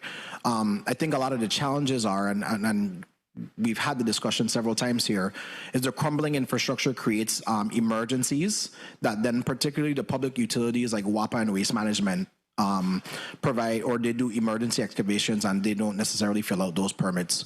We've gotten a lot better. I think Mr. George from the Lieutenant Governor's office can attest to the fact that at least now we're getting as-built from the utility companies so that we know for future excavations where their underground infrastructure is located. So recently there was an episode near my property, my commercial property, where we had a WAPA issue. The pipe was 2 burst. minutes. This was over 2 months ago, and they've filled the hole, the significant hole that was made from the repair, but now the dirt has eroded, and so it's a huge pothole, a huge gorge that cars are running into, and it's caused several accidents. How long does it normally take for these permits to be fulfilled? After the work was done, what's Public Works' responsibility at that point to make sure the road is repaired? So for that particular instance, if I'm not mistaken, it was an emergency break by one of the public utilities, like you and I discussed. We do ask the utilities to perform restoration immediately. Each permit does have a restoration period.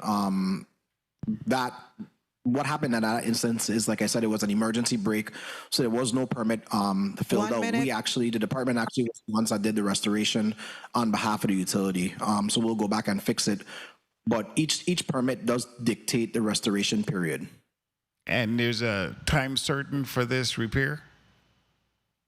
Yes. So that one, I know we should get to it by next week. I think it is. We've been working with WAPA. WAPA, especially in St. Croix, has been a great partner.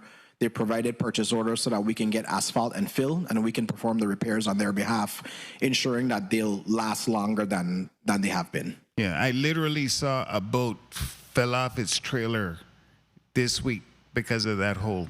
But nonetheless, Mr. George, thank you so much for coming. Yes, and sir. I wanted to ask, in your testimony, you spoke about the vexing issue we have with public-private roads. I get asked, I'm pretty sure my colleagues do as well, why repairs aren't done on certain roads. And then, of course, our standard response is it a public road or a private road? Yes. Time. Can you help educate us on that issue? So over the course of the development in the territory, the establishment of what is a public road and what is a private road has never been done. So as we develop land in the territory, subdivisions happen, the property owners usually keep either they just, I'm not doing anything with it, stop paying property tax, and then it ends up being a problem with delinquent taxes. But as far as a defined definition, there is none in the Virgin Islands Code of what is a public and what is a private road. So can we assume We have loose terms like estate road right away, this just right away in general, ROW, and you see these terms on maps, and they've been occurring since we've been a U.S. territory. Madam Chair, I understand my time has been called, but I have one quick question. Go ahead. So specifically when it comes to subdivisions, are those typically considered private roads for our definition, or can we consider some of them maybe public? The definition is loose. I've seen it in both instances. I was just in Crown and Hawk Wednesday. It's a private subdivision, but the government has been paying for the road repair. Okay. Thank you very So much for that yeah, clarification. there is no defined definition. Thank you, Senator Frederick. But I would like Commissioner of Public Works to weigh in on this definition of public and private roads. Senator or Madam Chair, I appreciate that. I do concur with Mr. George. There is a lot of ambiguity, I would say, when it comes to the definition of public versus private roads. I think, and just piggybacking on what Mr. George said, a lot of times when subdivisions are made, typically in other places, subdivisions are made and then homeowners associations are created. And, with dues, that's how they're able to maintain those private road networks. Right. Here in the territory, what typically happens is because no HOA is ever created, it typically becomes the responsibility of the government of the Virgin Islands to maintain those roadways. And I think we all know it creates a burden on us because subdivisions are something that we're not budgeted to repair or to maintain on a regular basis. Do you still have a point of information? Senator Bulkins, go ahead. Thank you, Madam Chair. It's in relation to the previous senator's indication concerning the restoration of the road. The Department of Public Works inherits these problems when these companies do the work, and then now it's the department's responsibility to fix the road. Currently, as the law stands today, the current law does not say how roads must be repaired after excavation, and this bill addresses that. It addresses that without having to rely on the trust of the contractor, and that's basically why our roads are failing and the infrastructure is failing. Thank you, Madam Chair. Thank you, Senator Bulkins. I'm not giving up on this public-private road definition, though. I am not. Now, I know that because there are, I agree with Commissioner Gabriel, first of all, when he says that subdivisions are created and then there's a homeowners association that the developer then gives the homeowners association the power and control over the roads in that subdivision. And you will agree that there are subdivisions in the territory where homeowners association maintain those roads as private roads, correct? Yes. Senator, I keep calling you Senator. I don't know, am I predicting this or what? Maybe. Commissioner Gabriel. We work well as colleagues. That's what it is. We work well as colleagues. I I do agree with you. You are correct. There are several subdivisions where homeowners associations have been established, and they do maintain their roadways. And they will say that they are private roads, correct? Correct. Correct. So we know for those, we know where those are. Let me just put it that way. But you don't know, what you don't know is the subdivision or developments where the homeowners association has not been activated. And those then, well, then how does the Department of Public Works decide to go in those subdivisions and repair those roads? Because those roads technically still belong to, he's smiling. You see our problem, yes. You see the problem, right? Yeah. May I jump in real quick? You can jump in. So- Mr. George will jump in on this one. So, Commissioner, I know we recently, I think it was like 2, maybe 3 years ago, when we were dealing with the Mandal in St. Thomas, the Mandal going over the hill. Maybe you could discuss that, because that is like a private situation, but you spent how many millions of dollars rebuilding the bridge and all that stuff in there? Right. Yeah. I mean, so there are instances where, to Mr. George's point, there are specific instances where we have emergencies and they create a like a life safety hazard, and we do take the initiative. We take the necessary steps to make those repairs. In a lot of instances, Madam Chair, they are very extensive, and again, we're not budgeted for that. So it does create an undue burden on the district road fund and on the department. But I'd like to, and I hope I don't put my foot in my mouth when I say this, but a lot of times this body also appropriates funds for private subdivisions to be paved. I know since I've been commissioner, we have a couple of instances where we had done some subdivisions. We had paved some subdivisions. I know Bugby Hole comes to mind, where we did those repairs. We have a senator saying guilty. So you just hit the nail on the head with that one, Commissioner Gabriel. I just hope I don't get in trouble for future, instances. Point of information from Senator Frederick. I think I want to say, Administrator George, that one sentence in that testimony is leading to this discussion, but it's necessary. Yeah. That was my intent. Okay. Thank you very much, Madam Chair. So I wanted to continue that discussion about subdivision with HOAs, because that seems to be the trigger as to whose responsibility is it for road maintenance and repair. In most cases, when the subdivision is inactive, that defaults to the Department of Public Works. Is that correct, Commissioner? Yes, Senator. But technically, legally, it would be considered a private road at that point, because it was built by a developer, and the HOA, it was formed. It was, for whatever reason, became inactive. So then, how can we absorb that responsibility as a government, and this is in fact truly a private development? Do you take priorities? Senator, do you take priority as to where you fix, Commissioner? So a lot of it.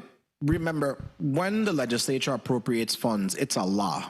And sometimes in those bills and those laws, you say specifically where you want those road repairs to be done. Like I said, specifically Bugby Hole comes to mind. I think St. George's is another one of those that comes to mind in St. Croix.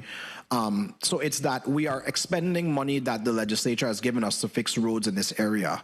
There are other instances, and we do have it on our website. There is a defined process for individuals to get private roads turned over to the public. The burden that comes with that is that, like I said, as we're adding roads, we still have public roadways that we have to fix that we're budgeted for, and those should take priority. But every year, I think this body knows we're inheriting private roadways, and that does cause an undue burden. Now, just to address the priority, like I said, when we do get money from this body, I do try to prioritize it before it lapses and before those funds lapse. And then, of course, there's also life safety issues. Mr. George mentioned the Mandal issue. There's a couple of other instances in St. Croix and St. John that we're exploring making repairs, because it is a life safety issue, particularly after natural disaster, Senator. Thank you. I have a question for the sponsor. Doing this a little different, and you see the issue though, because your bill addresses public roadways and people who are excavating public roadways. But if the government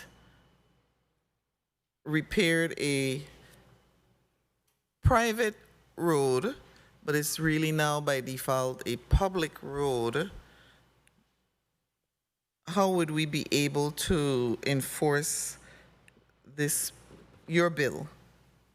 Thank you, Madam Chair. Up to yesterday, I had this conversation with Administrator George. We had this conversation and we both agreed, not that it's unilaterally our decision to make, but we've been working on this bill. I've been working over almost 3 years with the Commissioner of the Department of Public Works and his team, his leadership team, having meetings about this bill, but particularly the public-private discussion that is arising here today. We had this conversation up to yesterday, and we agreed that that discussion is a discussion because I went into the code looking for the section where I could put that in the definitions because I wanted to put the amendment in yesterday. But there was nowhere to be found in the code currently for me to put it. And we both agreed that that is an overarching discussion that needs to take place with the GIS division, the Department of Public Works, and this body in order to figure out where would be the best place to define that and exactly how, in fact, we should define it. So that is a discussion that we have had previous to this matter. Thank you, Madam Chair. Thank you, Senator Bouquet. So right now, for purposes of this bill, you are not speaking to roads. Well, no, we can't do that either. This is a deep discussion. Let's move on. We really need to get the definition of public and private roads. Because and I'll tell you the scenario I was thinking. I'm living in a subdivision, and the government has come in and repaired the road, but then I decide to do excavation. I don't know why I would be, but let's say I do. And then you come and you say to me, Commissioner Gabriel, that I need would I still need a permit for that anyway? Because can't I then say to you, listen, Commissioner Gabriel, this is not a public road. How do we get around that? How do we deal with that? Senator James, welcome to my world. I mean, it's something that we deal with consistently. I know if I reference a specific example, like I met 7 Flags, that should tell you everything that you need to know with the Liberty situation. That's right. There's that road, there's a portion that's a public road, and there's a portion that's a private road. We gave an excavation permit, and we were held responsible for enforcing the stipulations and the conditions on both the public and the private side. You know, and again, another specific instance that comes up, when we did the paving in Bugby Hole, there was an undeveloped plot that then got developed. And when we went to the homeowner to ask them, you know, why they didn't apply for a driveway permit, they then pulled the card that it's a private roadway network. So, I mean, I say, you know, it's a slippery slope. You know, and I think a lot of it is caused because of the ambiguity that exists when it comes to public versus private, but also the ambiguity that continues when we're appropriating funds to pave private roads. Exactly. I agree wholeheartedly with what you just said. We're going to move on to Senator Clifford Joseph Sr. Thank you, Madam Chair, and good afternoon to the listening public. Good afternoon to the viewing public as well. Good afternoon to my colleagues here this afternoon, here and in St. Thomas. Good afternoon, Commissioner Gabriel. So presently, how does this program will affect the Dig 1 law presently that you have in place? To me, you know, I'll just say what Mr. George said, which is it's kind of the first step. Right now, what we've been doing is we at the Department of Public Works have been ensuring that entities like Liberty, when they are doing their undergrounding, they must perform as-built and turn those over to the GIS division, which does help for the one dig approach. There's just, I think it's a series of steps that needs to happen for us to really get to true one dig. So presently, right now, the utility companies are not communicating it. I wouldn't say that, because we do, and Mr. George would tell you, we have several regular utility coordination meetings, and all of the players, including Liberty, are at the table. I think the problem is, and we talk about it here all the time, it's a sequence of funding, right? Like different grants and different funding programs have different deadlines. And so it's almost like we're all competing to get our infrastructure in the ground ahead of those grant deadlines. Okay, and who typically conducts the excavation for public roads? So for us, we have our program managers that go out to inspect. Typically, when we don't, very rarely we do excavations. Usually when we do them, it's to fix a sinkhole or to fix a culvert crossing or something like that. And we usually do that in-house, or we hire a contractor. When we are overseeing private or public excavation, usually our engineers and our project managers are the ones that do those inspections. For Liberty, though, it's different. One of the conditions of their undergrounding agreement was that they had to hire a third-party inspector on the department's behalf. Okay, a key factor about contractors, shouldn't these contracts have a portion where the repair to the road is a must on behalf of the digging? Yeah, we make it so we have three ways that we require restoration. We either require trench restoration, full lane restoration, or full road restoration. So depending on the size of the trench, depending on the extent, we utilize those three methodologies. And I would tell you, specifically when it comes to Liberty, we've been trying to do full lane when they're not doing micro trench. Okay, I mean, like you said, we have to go ahead and explore the private road section because, for instance, Liberty was in the barren spot area digging or trenching, and I know these are shallow trenching, but a little rain pass and everything that they put in place have gone with the gut run. Yeah, Senator. It's why, and again, if you recall, a few months back, we did put a stop work order in place. We haven't lifted it yet. We've only been giving them selective permits in areas that they need to do, either continue with restoration, finish with work, or there are areas that we have deemed priorities for future work that we have coming up. Okay, and what's the current permitting process for the excavation for the government roads? So our permit is on the website. We require anybody doing roadway excavation to submit a permit as well as your details for our review. We look at the path, we look at your maintenance of traffic plan, and then from there we move accordingly. So don't you think Madam Chair? Time. Madam Chair? Yes, Senator, you can go ahead. Yeah. At this point, do you think we need to not just the excavation, but all permitting, you should have full authority, autonomy over them? Yeah, that was a part of the discussion around this. I think the department, because of the situation that's evolving and our infrastructure situation is really evolving rapidly, we want the flexibility to be able to address all of our permit programs, not just the excavation permit program. But again, like I said, I think it needs a little bit more fleshing out, because even I mentioned, you give us autonomy, we don't have enforcement officers anymore. So it's very difficult. The only thing that we can do is withhold future permits from the utilities. But yes, we would prefer autonomy and flexibility over all permit programs that fall under our jurisdiction. Okay, thank you, Madam Chair. Thank you for your response.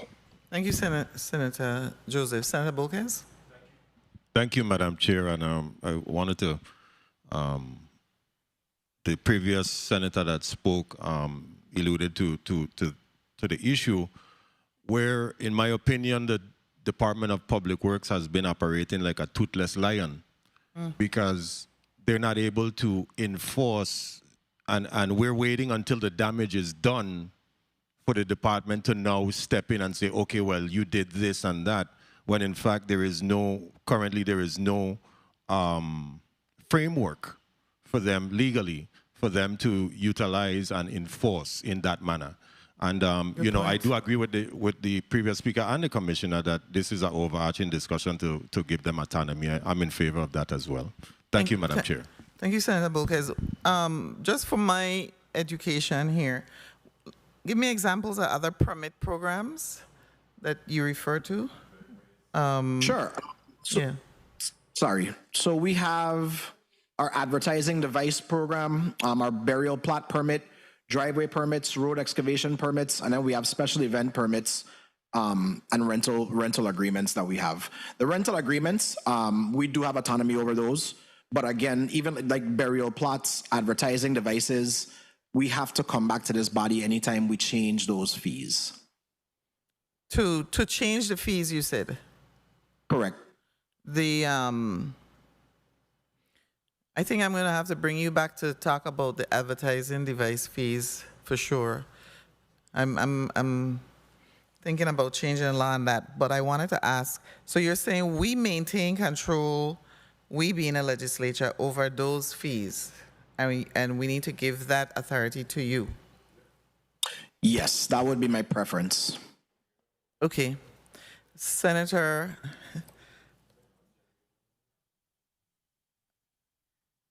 you know what, I may as well ask you, because it's on my mind. These advertising devices that I see, you know, the signs all over. I'm seeing people put signs up now, and I wonder when I pass by, I go, hey, this guy has these signs all over the island. Does that mean that that person has come to the Department of Public Works and applied for a permit to advertise? And are you saying that you have no one to drive around the island and take an account of all the advertising signs? I like the word devices, but you know, so that everybody understands, I'm talking about those signs out there. You have no one who goes and verifies and cross-checks that that person has a permit? Is that what you're saying to us this afternoon? No, Senator. Okay. So I appreciate the opportunity for clarification. So again, the advertising device permit is on our website. It is on our permits page. We do have staff in-house that are responsible for the advertising program. Right now, we have one person on St. Thomas, but we are in the process of hiring another one, hopefully within the next few months. And they collaborate with our operations division to go back, cross-check, and then remove signage. Now, if you will allow me, I'll try to expound a little bit. You typically, with the example that you gave, that individual should come to the department to pay for several locations that they're going to be advertising in. We only have select locations that we approve advertising permits for. So for example, I'll just give you a few. The Sunny Isle intersection on the south side, the Christian Set bypass, East End Road across from Cheeseburgers in Paradise, the East End Road near Ziggy's, Tipperary, Cotton Valley, Tide Village, and it goes on and on. Senator, I would encourage you and your staff to maybe look at our permit, because you'll see all of the approved locations. The law as it exists also allows the department to regulate signage from within 50 feet of the median of the roadway, whether it is public or private property. That has also given us some consternation, as several members of the public do not believe we have the authority to regulate signage on private property. So a lot of people do use that loophole. I know I've gotten in, I've had instances where, whether it's people running for office or individuals that try to sidestep the program, have said, well, you know, this is private property and you don't have the right to tell me how, or I can't charge them for advertising on private property. So it causes a lot of consternation, even when we remove the signs. So what we've recently done is we've come up with like stickers, almost like what you get like when you park illegally. they tow you. We've come up with stickers. They are non-removable, and we're putting them on the signage because we have several members that then come to our office and yell and scream, and they are very derogatory to our employees, demanding their private property back in the way of their signs. So we've come up with their stickers. It gives them a time certain to remove it, and if they don't, then our operations division goes out and removes the signs for them. Commissioner Gabriel, I have an issue with the campaign signs and the as opposed to the business advertising. And the reason for that is that in the 2 campaigns that I have participated in, I have seen campaign signs that I can say were probably over 8 feet tall. They were just huge, and they remained erected for the entire campaign season. And I also had an issue with private property being regulated. So those are some issues that we really need to work through, especially since we have another election year coming up next year, because then it puts your department between a rock and a hard place, really, and because of the political nature of campaigns. So that's an issue that we really need to resolve for you and your employees, so that they're not put in a position where they have to defend what is the law. But I will definitely come to you with some of my suggestions on that particular issue. But today we're about excavation. But I do have a constituent who wants me to ask you, and I guess I should, since you're in front of me today, about the Williams Delight Road. Is that a private road or a public road? You have some really good questions. So, if you recall, that neighborhood is divided into public housing components and then private developments. My recollection is that most roads in that neighborhood are public. I know that because we do have an extensive FEMA project worksheet for that area. So yeah, it is. My recollection is that those roads are public. So and when you say you have a FEMA project worksheet, has that begun? Has that project started, or when is it going to start? So it is right now. It's going through the different levels of environmental reviews. I think Director Williams was before your committee, and she mentioned that every FEMA project, every FEMA funded project has to go through environmental reviews. So that's where it is now. I think we are anticipating before the end of the year, it should be finished in that review process, allowing us to go out to bid. Yeah, those people have been suffering in that area for a long time, and it's very hard to drive through Williams Delight. So I'm hoping that can be somehow expedited. Next, I'm going to recognize Madam Chair, before you move on. Excuse me? Before you move on, I just want to add one more layer to the public-private road discussion because the housing authority throughout the years created several housing communities in the Virgin Islands. And according to I think it's like a 1950s agreement that we have with HUD, once those developments were finished, all of their infrastructure should be turned over to the local government for repairs. So now that bill is coming due, and that's why you have several of these neighborhoods. I know the Marley community comes to mind. We talked about Williams Delight. There's several in this district, the Oswald Harris Court, Paul and Pearson Garden. A lot of those housing communities are now at the age where their road network needs to be addressed. So that just adds another layer to even a public-private road discussion. I agree with you. Point of information, Senator Joseph. Commissioner Gabriel, on the road paving, do these companies as well have some warranty? If the road fix, I didn't ask that question, but I'd like to know that because it's very important that some of them, when they finish the work, it looks real good, but then it doesn't last a period of time before it goes real south. Great question, Senator. Great question, Senator Joseph. So particularly for the private utilities, we do require at least a 1-year warranty on any work that they do. In the case of Liberty, it's been a little bit different because they have the legacy phase 1, and then now they're doing phase 2. So they are even doing repairs on the Liberty side, even outside of the warranty period.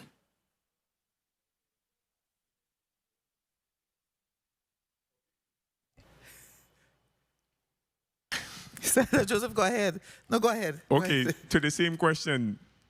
So who does the public call when this arises? Like, where you just call public work, the road such and such was paved a month ago, 2 months ago, and now it's run off? Because, I want to make sure the warranty is honored. Struggle is real, Senator Joseph. The struggle is real. I'll just say it that way. No, you do call Public Works. We are the ones right now, as we do grant permits, we are the ones that are responsible for the enforcement. So you do call DPW. Thank you. Thank you. Senator Milton Potter, for your 4 minutes.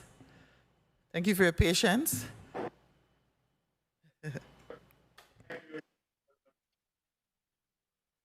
Thank you very much, Madam Chair.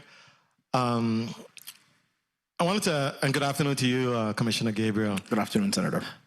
If Department of Public Works has operated a permit program since late 2022, what specific legal authority does the current program lack that the bill would provide, that this bill would provide? That's a good question.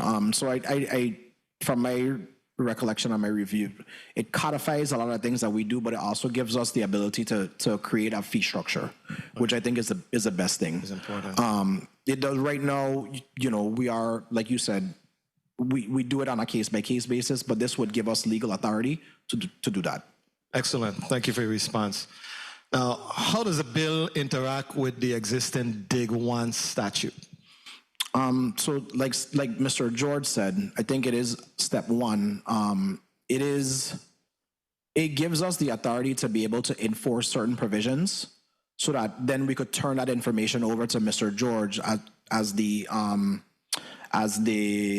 depository, if you will, of all of those as-built for the GIS program. Because remember, what we really don't want is utilities conflicting, right? Gotcha. So like WAPA cutting a waste management line or cutting a Liberty line, because then it just complicates the undergrounding. Gotcha.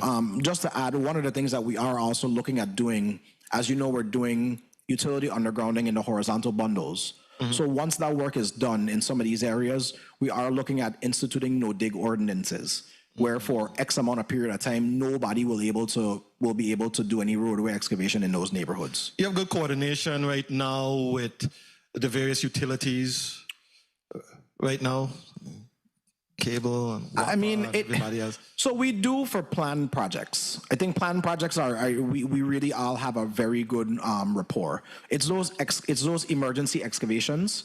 And a lot of it comes because the authorities are just looking at getting in there in a timely basis to minimize the impact to customers. Mm-hmm. We are saying that these permits need to be still applied for, even if it's after the fact, so that we know when you dig, where you dig, and then we could monitor the repairs. Okay. So do we need to have specific language added explicitly requiring DPW to coordinate with Dig 1's protocols to avoid duplication? I don't think it hurts, right? It doesn't hurt to codify any of it. I caution, because there's a difference between what we do with legislation and the practicality Absolutely. of it. And again, like in some instances, it just isn't practical to follow all of the steps when it comes to repairs. Do you currently have the staff and technical capacity to process permits? No. Conduct inspections? No. We enforce compliance? No, we don't have. So we don't have any enforcement. And like I said, I and our deputy commissioners of operations kind of do the enforcement. But 1 minute. The biggest thing that we have that we're able to do is stop work orders, because I don't have officers. I can't shut down a site. So yeah, I think. And then the other thing I would add is that it does create a burden on our staffing that already exists, particularly on the federal side, because when you're doing federal aid routes, our highway engineers, our highway project managers need to go out and inspect those sites. So it does create a burden. Okay. So when we pass this bill, we're going to also need to provide you with added resources in order to effectuate and implement the program. I don't want to keep asking for it because you guys were very kind with the budget bills that you did. I appreciate that. But I do think, and that's why I always say like long-term, like, so if I may, one thing I respect about Puerto Rico in their Department of Transportation is that they actually have a division that is responsible for undergrounding and inspections and the like. So it's why you keep hearing me throw that out there, because I think it'll give us additional resources to be able to address all things transportation. I mean, what was interesting, and this may be related, we were speaking with WAPA just the other day, and they were calling for an undergrounding division. You're right. I know that undergrounding projects should be pretty substantial here in the Virgin Islands, particularly in St. Thomas, in the near future. But he saw it as critical for us to actually have a division that is going to focus on that. So that was... I agree. I mean, you know, because what they do a lot is they depend on the expertise in the different, like on the water side or the power side. The water side has been doing underground excavation for quite some time. So they do have certain expertises that they can lend to. But I just... To your point, and I know WAPA would love to have the undergrounding division, it's why I think that the enforcement needs to lie with DPW, because a lot of the main infrastructure runs in the roadway. And we have to be able to, which I think the sponsor's intent was, we have to be able to provide proper oversight, make sure that they are adhering to the specifications for roadway reconstruction, and then last, so that we know where that infrastructure is, and we could provide those as built to the GIS division. I agree. Madam Chair, if I may just ask one final question. I know my time was called. One final question, go ahead. One final question. Yes, thank you.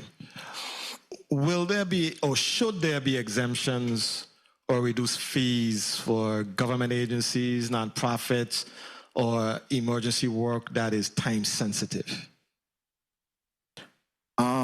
I would go back to saying that I would leave the discretion with the Commissioner of Public Works, because I do agree with you. Like in some instances, it just isn't practical for you to charge fees, right? Like in some instances, if we have like a 10-foot dig and it really is to address like a buried water line or something, that even in some instances where we've gone and paved over some infrastructure, I don't think, you know, it requires fees. We don't typically see undergrounding from nonprofits, to be honest with you, Senator. Maybe in some instance, like a church is doing like a fiber tie-in, but it's small. Usually the contractor is the one that takes care of it. But that's why I said that discretion needs to lie with the Commissioner's office, because it does allow for flexibility. Thank you. Thank you very much, Madam Chair. At the appropriate time, I plan to vote in the affirmative for this bill. Thank you. Thank you, Commissioner. Thank you. Thank you. Senator Novell Francis, you're recognized for your 4 minutes. Thank you very much, Madam Chair, and good afternoon. Thank you, Commissioner Gabriel and Mr. George, for your testimony. Real quickly, Commissioner, you alluded to the fact that Bugsby Hole and some of these other communities, we have paved the road, and I'm responsible for that. Guilty as charged, but I want to say that outside of Bugsby Hole, Lorraine, St. George's, Herman Hill, Lower Love, Rattan, and Princess areas, all those roads that I was instrumental in having paved, is that what we had done, and the trigger was that, in fact, we had them sign a petition and turn those roads over to the government. There's no way that we could go in and conduct road repairs and take the liability that comes with it outside of those individuals signing a petition and allowing for these roads to enter into the public road system. Is that correct? You are correct. Very well. So they're no longer private roads. They're public roads. That is according to the petition and the law. That is correct. All right. So, but you kind of spooked me, both you and Chris George, when you talk about the public-private roads and that there's no real definition, because that have always been that's the information that came from Public Works a lot of times when we ask for certain roads to be repaired. And 50% of my time, 50% of senators' time, I don't know, I'm sure that they get bombarded as much as I do, applies to us addressing our road conditions in our community. I get bombarded 50% of my time. You know, I hear about roads everywhere I go, and they cost you less, and wherever I go, you know what I mean? You always hear individuals, constituency complain about road repairs. So at some point, I think that we need to really just address that particular issue, because until then, I didn't realize that we don't really have a definition. So at what point, well, we'll discuss that a little bit later on in terms of how do you draw the distinction between public and private roads. But something that you also said is that you have already created an excavation permit since 2022. Or you've been having discussion with the bill sponsor since 2022 and have already created a excavation permit? So, yeah, Senator, the excavation permit actually existed prior to 2022. I don't know exactly when the department came up with it, but I know when I became commissioner, I met all of our permits in place. Okay. Yeah, so that we have been in communication with the bill sponsor since late 2022, but that permit has been existing for quite some time. So how much fees have been collected on these permits thus far? Do you have a revenue on that? Man, that's like, so honestly, this year was the first year where the fees were substantial enough to report on. Usually it is like very negligible. Usually like we collect less than $20,000 in underground, excavation permit fees. But in the past few years, particularly 2025, we've gotten a significant influx, particularly from Liberty. So this year we've collected almost $1 million from permit fees. So outside of Liberty, AT&T, and some of those other entities, who are we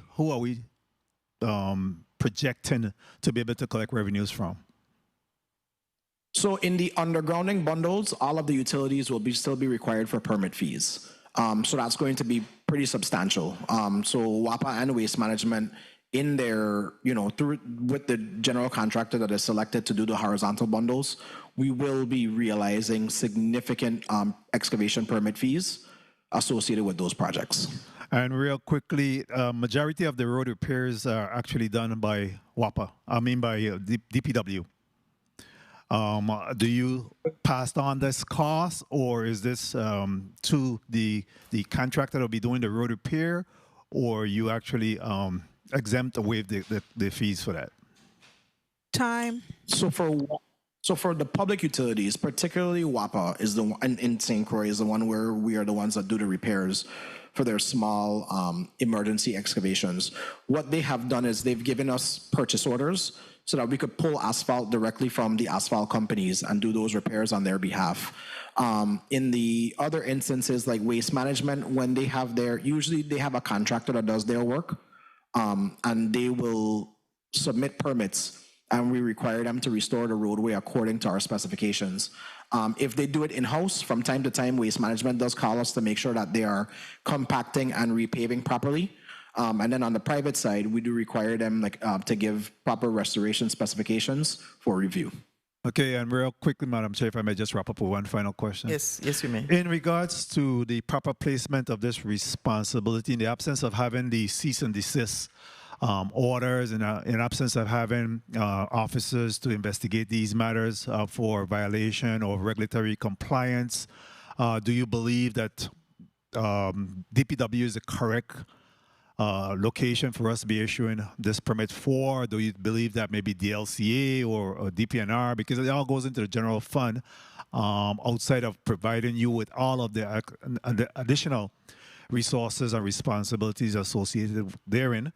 Do you believe that DPW would be the proper source, proper agencies to I like it here. enforcement? No, I think it belongs here because, again, excuse me, most of our underground infrastructure it's buried in the roadways. So to make sure from a safety perspective, from a transportation perspective, if you will, that restoration is done properly, I would recommend we leave it here. No, one thing I do like, and forgive me, I didn't realize that this was in the bill, but I do like the fact that the bill sponsor is looking to codify that that the excavation permit fees be returned to the district road fund. I think that really helps. Okay, very well.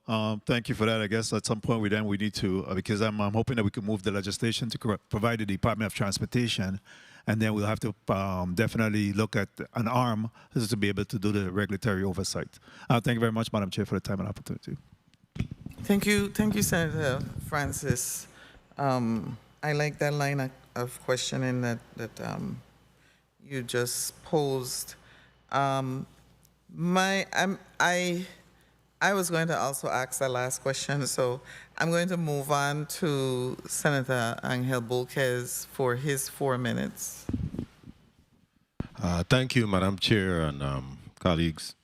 I wanted to start off by first thanking Commissioner Gabriel and his leadership team that has helped to work on this piece of legislation. Also, the GIS division and Mr. George as well.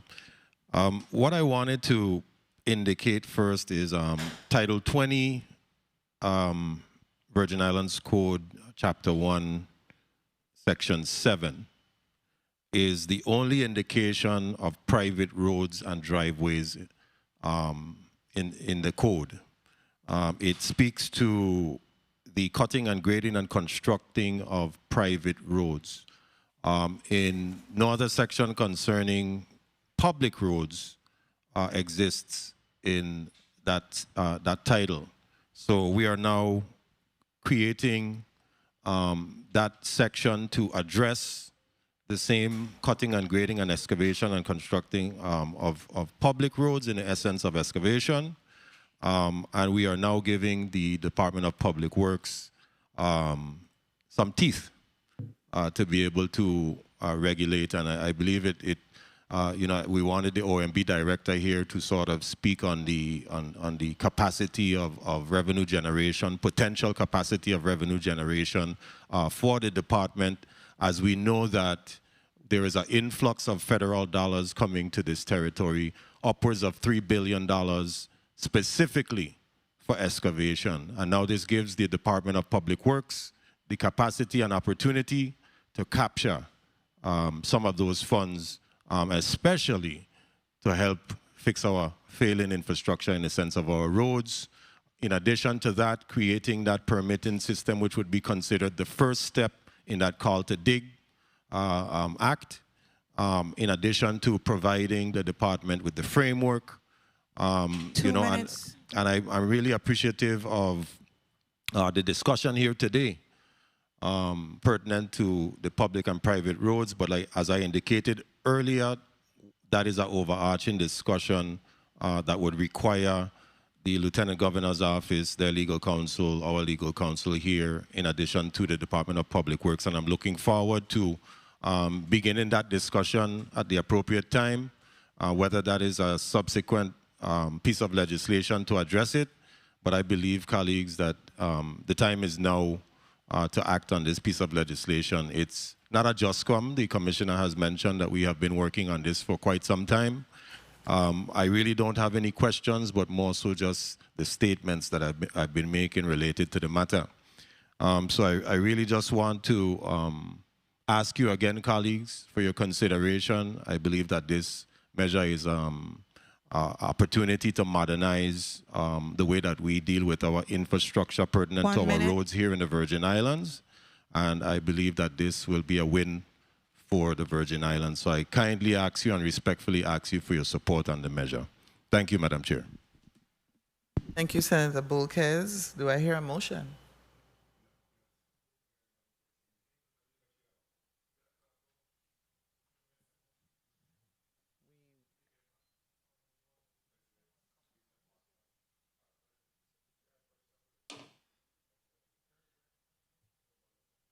There's one burning question, first of all, from Senator Joseph, before we move forward. Thank you, Madam Chair. This is not so much of a burning question, but this is a safety issue here on St. Croix. Commissioner Gabriel, the bridge at the Adventist School, Because you got the bridge, like, folks are ready to drop off the road at this point. Any update on the bridge for welcome? Yeah. Yes. So we restructured. What we did is we rephased the Spring Gut project to make it so that that bridge would be the first phase. That project right now is before Federal Highway for concurrence. We anticipate getting concurrence at the end of the month, which will allow us to go out to bid in October. And that, again, our sequencing is to allow for that bridge to be first. So that'll be the first construction item once that contract is awarded. Anything to kind of do any patching to strengthen what's there? Because it's that dangerous. Have something? If I'm not mistaken, we did. I could look at it again. I know we had done something a few months back to add to weld and add some more steel plates. I'll look into it. But I know right now, because of where we are with the project, we can't really use that funding to make any more temporary repairs. But I'll see what we could do. Yeah, just for some strengthening until you're ready to start the day work. Yes, and then we are also looking at doing something temporary at Frederickstead too. Just since you mentioned bridges, that bridge leading to Rainbow Bridge is going to be replaced as a part of the Frederickstead Roads project, and that will likely start construction on that after festival. That project is out to bid currently. Okay, good. All right, thank you for your response. Thank you, Madam Chair, for the time. Thank you, Senator Joseph. I want to recognize non-committee member, Senator Kenneth L. Gittins, for his burning question. Thank you, Madam Chair, and good afternoon to all. How are you doing? We good, Senator? Good to see you again. Good. Keep up the good work with the road naming. Trying. Commissioner, how are you doing today? Doing well. Good afternoon, Senator Gittins. Great. My quick question to you again is regarding the, I was listening to the discussions from in my office with regards to basic enforcement on the roadway and whatnot, and I heard your response about not having officers to do this. And I just came down because I'm not in agreement. I don't think you need officers per se to do enforcement. You just need someone in your office going out and conducting these inspections and ensuring that the work is done properly. I wanted to also ask about, because I just started 2 days ago traversing the island of St. Croix and taking actual pictures of all these, just call them again, the road signs, oh my gosh, why my head is going now, the guardrails that are being put up and whatnot are being knocked down, and I wanted to know again, and I just don't want to hear a response that we are. I actually want to see some evidence that we are going after individuals' insurance on these matters, because I also heard the discussion of public road versus private roads, and we ain't got monies for this and we ain't have monies for that. But if we continue to have people negligently driving and knocking down every road sign that we put up, knocking down all these guardrails that we put up, and then we don't hold them accountable, then of course the taxpaying citizen is going to always bear the consequences. So what is the work relations between the Division of Roads and the Virgin Islands Police Department overall? So you asked a loaded question, so allow me to kind of expound. We have our relationship is good and it's improving. We recently had a meeting about the same subject matter because I think there was a lapse in that when whoever the traffic commander is, isn't the one that's kind of putting their weight behind making sure that we're getting the police reports to follow up with the private driver's insurance company, then that's a gap. Like I mentioned to you before, we have had instances, particularly in the St. Thomas St. John district, where we've gone after insurance and we're successful in collecting. You mentioned street signs, and again, when somebody usually knocks down a street sign, Senator, they don't stop. And we don't get police reports unless it's really serious. So in the matter of street signs, what we're looking at doing is it's like almost like collapsible street signs. So when you knock them off, the damage is minimized and we can re-erect them pretty quickly. But the road signs, when they knock them down, we usually don't get major accidents. So we don't know who the perpetrator is. Like I said, whenever I think recently we had somebody knock down one of the newly erected street lights, and we were able to get that police report. As I've mentioned to you before, we keep losing palm trees on Veterans Drive here in St. Thomas. We have gotten those police reports, and we have successfully collected. So it is a work in progress. We are making strides, but again, it really requires heavy enforcement from the traffic division, and then making sure we get those police reports. Right. So I'm talking about in those instances where the police officers do come into contact with the drivers. I'm not talking about those that we just saw that the guardrail was there last night and this morning we came now and it's damaged. I'm talking about those actual reported accidents. How many of these reports would you say have any for the calendar year 2025 been referred to your office? So like I said, I know the one on Melvin Evans Highway was. I don't have an exact count. I can get that to you. But yes, we have gotten instances in 2025 in the St. Croix district where police reports have been referred to the department. Great. And besides having an enforcement officer, which I don't think you need, what other mechanism you have in place to hold private contractors accountable for the road work that they're doing on these roads? A number of these roads are being paved as 2 well. minutes.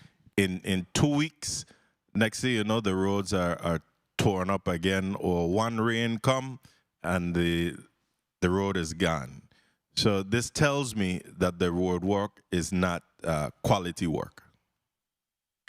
So yes, I am aware of instances where they have used approved DPW approved restoration methods, and the restoration was not done satisfactorily, and we have been holding contractors accountable. Like I mentioned to you before, like I mentioned to this body before, we still have not lifted the blanket stop work order that was placed on Liberty earlier this year. That's a way of making sure that they comply with the restorations that we've asked them to do. I just want to give you one instance where one of my project managers spent 10 hours in 1 week inspecting excavation sites and approving restoration methodology, only for the contractor to then go back and, because of field conditions, not adhere to the approved designs. That that employee is responsible for managing about 6 federal projects, including Mahogany Road. He does not have time to spend 10 hours inspecting trenching sites, only for them not to adhere to the approved permit process. That is why we say we need dedicated employees for that, because our engineers really, their bandwidth is stretched thin, and to ask them to go out and still do site visits, approve plans, and then they not be adhered to is just the height of ridiculousness as far as I'm concerned. And some of these companies, Senator, if I can expound, some of them take the approach that it's better to ask for forgiveness than to ask for permission, because they can afford it. Oh yeah. And the only thing, you touch them in the pocket and it is as if, okay, we'll pay, and then we move on and we're right back in the same place in 6 months. And that's why I say in some instances, they need more heavy-handed enforcement than just a fine. So we're going to have to do that. We're going to just have to come up with a mechanism to address that. So let's have a conversation off the record on this further to see how we could address that gap. Quickly, if I may, Madam Chair, just want to bring to you on your radar again. I noticed that the sidewalk, not the sidewalk, the crosswalk initiatives were not completed. When we started school, or prior to starting school, y'all came up with a listing where you started to do some, and I've noticed that they're not to completion now. So I'm asking that we look at all these crosswalks, and the sidewalk situation is getting more and more deplorable. The other day, it really hurt my heart to see a gentleman in a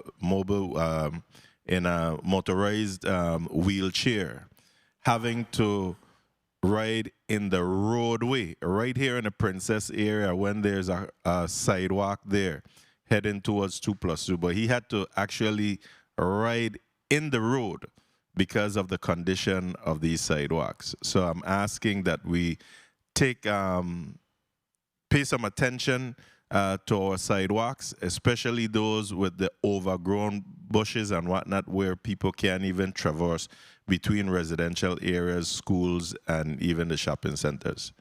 Thank you, Madam Chair. Thank you, Senator Gittins. Madam Chair, may I respond to something real quick? Senator, boy, one more time, I do it again. Commissioner Gabriel. Yeah, thank you. So I know Senator Gittins has been very consistent in asking about the crosswalk initiative, and I want to publicly say that there is no one more disappointed than I am to see where we are with it. 2 years ago, one of my engineers took time and traveled to all 3 islands to come up with a scope for crosswalk, school zone, and pedestrian signage for all school zones in the territory. To date, I have only signed off on one payment package that has touched, I think, 2 or 3 school zones, and I'm still asking for an update as to where we are. Just this week, I was on the phone with the Bureau of School Maintenance as well as the Virgin Islands Department of Education to find out where we are with that initiative. It is something that I committed to, not only to this body, but to the people of the territory, and we are still working on it. We, the Department of Public Works, has even upticked our striping initiatives across the island. I think everybody has seen that we've been implementing them where we can. We've paved a few school zones across the territory in anticipation of this project coming right behind it.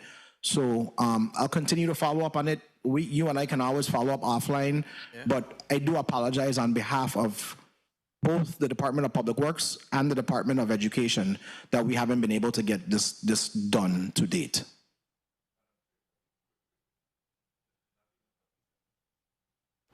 Thank you, Commissioner Gabriel. Senator Gittins. Thank you, Madam Chair. And Commissioner, that's why on Friday, August 22nd, I sent you a text. I'm not sure if you got it, but I wanted to publicly thank you and your team because I sent you a text saying, good morning. I can't get through to you, but I really wanted to commend you and your team for the cleanups I'm seeing in different areas on St. Croix. I don't have Mr. Harvey's number, but I wanted to thank you guys and let you guys know that it's visible and appreciated in all that you're doing. So I just wanted to publicly say thank you. It is visible, and this is all that we ask, that we do what we're supposed to do or what we're expected to do, and even go above and beyond at times. So thank you and the team. Thank you. Thank you for that. I'll make sure I'm sure Mr. Harvey is listening, so I'll make sure he gets those kudos, but we appreciate it. Thank you very much. I'm going to have to invade this bro party that's going on here and just say that I want to be a bro cis party now and remind you, Commissioner Gabriel, I'm going to call you about my 2 roads because I hear a motion finally. Senator Bolquez. Thank you, Madam Chair. Madam Chair, I move bill number 36-0110, an act amending Title 20 Virgin Islands Code, Part 1, Chapter 1, to require a permit from the Virgin Islands Department of Public Works before the excavation of any public roadway to be favorably voted upon in this committee and reported out to the Committee on Rules and Judiciary for further action and consideration. I so move. Moved by Senator Bolkes and seconded by Senator Frederick and Senator Joseph. Hearing no objection, roll call on bill number 36-0110. Senator Angel L. Bolkes Jr. Senator Bolkes Jr., yea. Senator Dwayne M. DeGraff.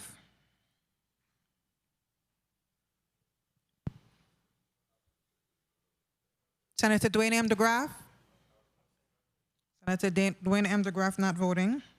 Absent. Absent. Senator Hubert L. Frederick. Senator Frederick, yea. Senator Marie C. James. Yes. Senator James, yea. Senator Clifford A. Joseph Sr. Senator Joseph Sr., yea. Senator Milton E. Potter. Yes. Senator Potter, yea. Senator Kurt A. Viale. Senator Viale absent. Madam Chair, we have 5 yeas and 2 absent. Thank you. The motion carries. Thank you, Madam Clerk. Bill number 36-0110, an act amending Title 20 Virgin Islands Code, Part 1, Chapter 1, to require a permit from the Virgin Islands Department of Public Works before the excavation of any public roadway has been approved by this committee and will be forwarded to the Committee on Rules and Judiciary for further consideration. And I will let the bill sponsor. Oh, the gavel. Thank you so much, Madam Chair. Madam Chair and colleagues, I want to thank you all for your support in this major step forward protecting one of our most vital public assets, which is our roads. With the passage of this bill moving forward, we get to deliberate, but definitely no longer will we allow unregulated excavation to chip away at our infrastructure and drain our public funds and put the public safety at risk. I want to thank my colleagues again, but more so I really want to thank the Honorable Commissioner and his team for years of work and continued meetings. I know he's a very busy man and trying to catch up with him isn't as easy because he's always at work. But I want to appreciate him for all the times that we were able to meet and deliberate and come to agreements concerning this measure. And of course, thank you to Mr. George as well from the Lieutenant Governor's Office, GIS Division, for all of their suggestions, support, and collaboration as well. So, you know, we really want to just take the time out to thank everyone, and I'm looking forward to proceeding with this measure to the end zone or to the finish line. Thank you so much, Madam Chair. Thank you, Senator Bolkes, and both bills passed today in this committee. I do want to say to both Commissioner Gabriel and Mr. George, I always appreciate when you come before this committee and you're very honest and point out the challenges that we face.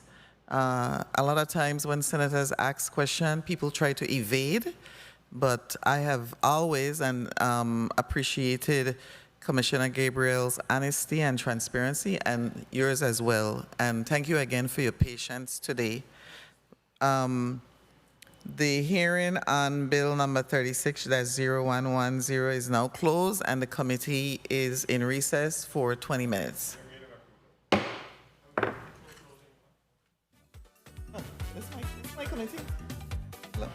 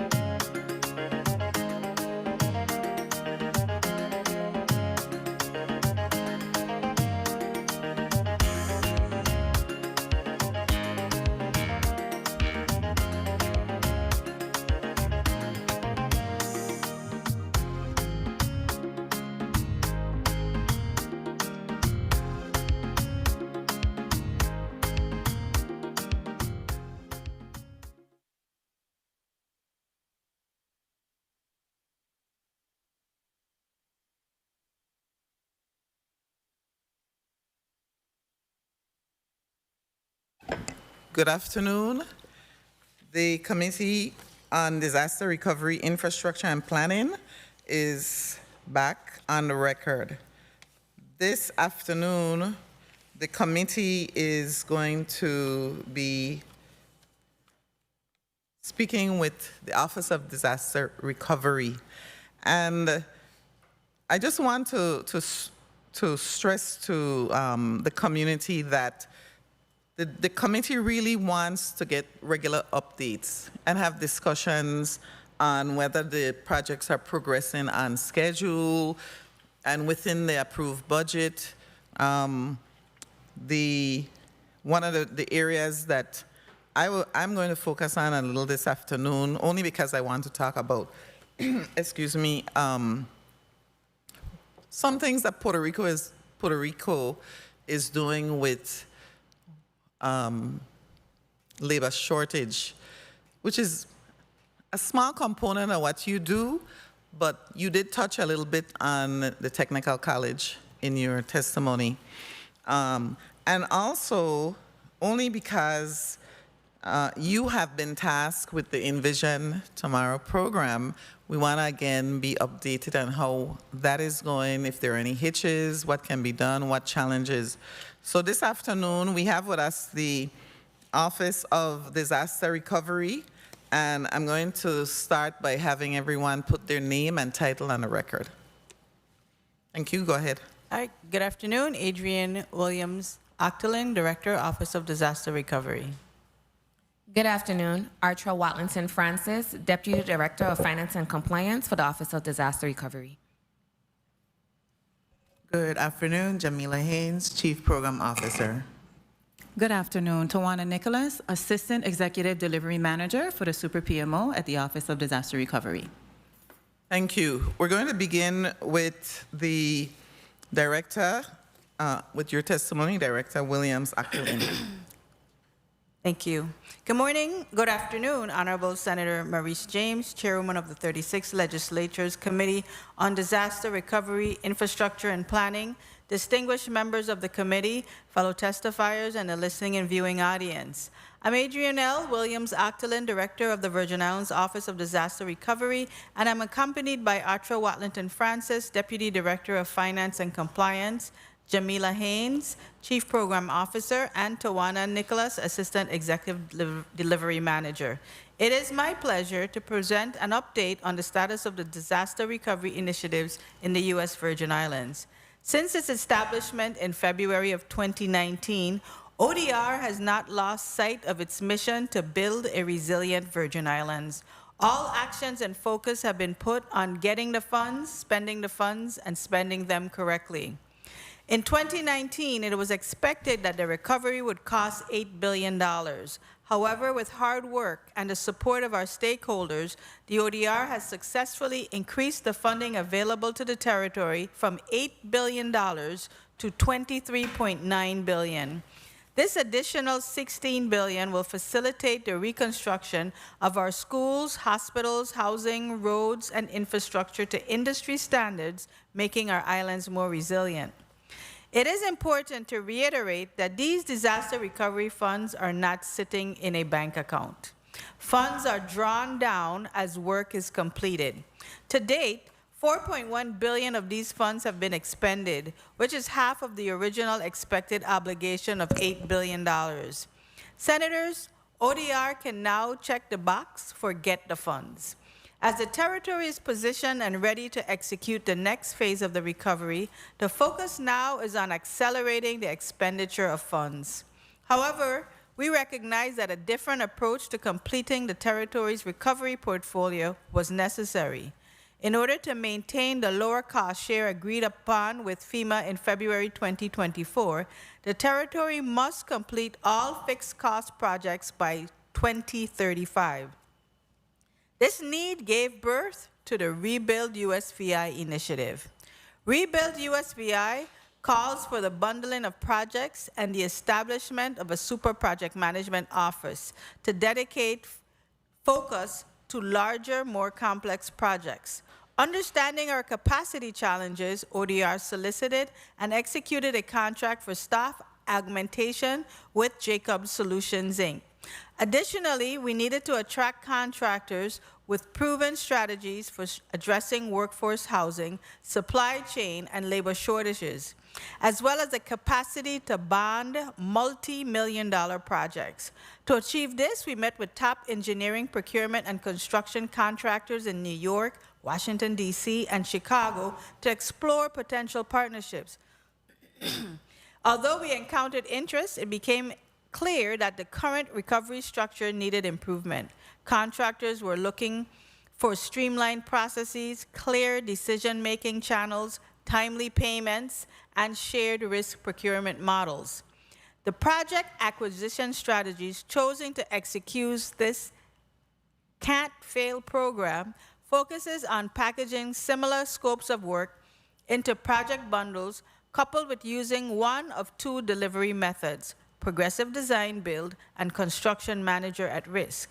These aforementioned delivery methods are ideally suited for intricate, complex, and high-risk projects, which describes all of the projects overseen by the Super PMO. Both methods lead to improved risk mitigation, cost control, and forces collaboration, which is critical to a successful project outcome when multiple stakeholders are involved. Progressive Design Build and CMAR focuses on teamwork, risk control, and cost management. This allows for the expedited completion of projects where construction and procurement of materials can start before the design is 100% complete. Projects are broken into a pre-construction phase and then a construction phase. During the pre-construction phase, the contractor provides input to ensure that the infrastructure and buildings design is aligned with the project budget and schedule. Early work packages are created and executed to advance the project. During our last appearance before this body in May 2025, we outlined that the goal for Rebuild USVI is to have all critical projects under contract by the end of 2025. Super PMO managed projects account for $13.7 billion of the recovery effort. So far, 25 of the 34 projects are either under contract or in the contracting phase. Toward this end, ODR has executed a contract with Suffolk CBNA joint venture in February 2025 for the St. Thomas Education Bundle, which includes the Yvonne Bowski, Lockhart K-8, E. Benjamin Oliver, and Janie Tuitt Elementary Schools, and the Ivana Eudora Ken High School, and the St. Thomas Administrative Center. Schematic design reviews are in progress for these schools, and the selective demolition for the St. Thomas Administrative Center expected to begin in November. The demolition and construction are scheduled to commence in the first quarter of 2026 for Lockhart K-8 and E. Benjamin Oliver Elementary Schools. A contract with Consigli Benton Joint Venture 1 in April 2025 for the rebuild of the Charles Howard Medical Complex, renamed the Donna M. Christensen Medical Complex. Design optimization is in progress, and construction is scheduled to start in December of this year with completion by the end of 2029. Additionally, ODR is in contract negotiations for the St. Croix North Central Horizontal Bundle with Kiewit Infrastructure South Co. for the power, water, wastewater, and road work. This bundle covers 28 square miles, or 34% of the island of St. Croix. Construction is anticipated to start in 2026, and the completion date is 2032. The St. John Mixed Sector Bundle includes a rebuild of the Morris DeCastro Clinic, Mary Keaton Smith Community Health Center, and the Julia Sprague Pre-K through 12 School with Consigli Benton Joint Venture 1. The construction of all three facilities is scheduled to start next year, with Morris DeCastro starting first in the beginning of the second quarter. This bundle is scheduled to be completed by the end of 2031, and Mary Keaton Smith and Morris DeCastro Clinic completion in 2027 and 2028, respectively. The St. Thomas Healthcare Bundle with Suffolk Construction Company, which includes the Old Mental Health Building, Queen Louise Home for the Aged, John S. Moorhead, and the Nude Hansen Departments of Health and Human Services buildings. The demolition of the old mental health building is scheduled for the beginning of next year, with the construction of the remaining projects in the bundle scheduled to start towards the end of 2026. The bundle is expected to be completed in 2029. Contracts are being drafted for the recent awards to Suffolk CBNA joint venture for the St. Croix Education Bundle, which includes Pearl B. Larson, Alexander Henderson, Alfredo Andrews, and Claudio Marco schools. We anticipate construction to start in the last quarter of 2026 with completion in 2030.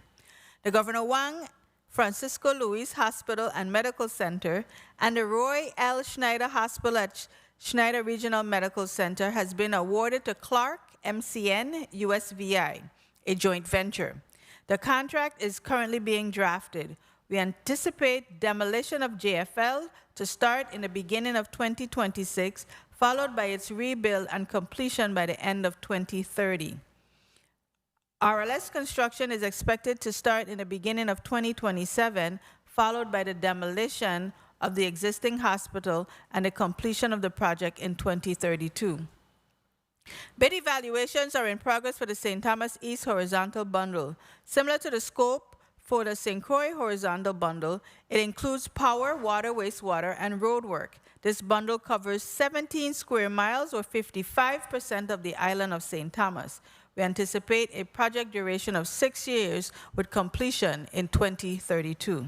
The Territorial Fire Station demo and rebuild for Rensselaer Gibbs, known as Cotton Valley, on St. Croix, Cruz Bay Fire Station on St. John, and Estate Fortuna and Tutu Fire Stations on St. Thomas closed on September 5th, 2025, and is now in the evaluation phase. Several solicitations are due to close this month, including the Edith Williams Alternative Academy on St. Thomas and the St. Croix Educational Complex on September 30th, 2025.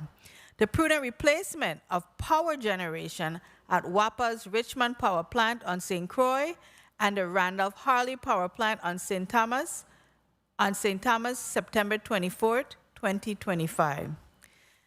In addition to the multi-billion-dollar capital investment program, the Super PMO, the ODR is also very focused on completing the repairs of homes damaged by the 2017 storms. Despite the many challenges, the Envision Tomorrow program continues to make progress. To date, the program has completed 72 homes. There are 104 homes currently under construction, and 78 additional homes awarded to contractors are pending mobilization. In fiscal year 2025, several key milestones were achieved. The rental program was relaunched, and a contractor pool was established to expedite the solicitation process.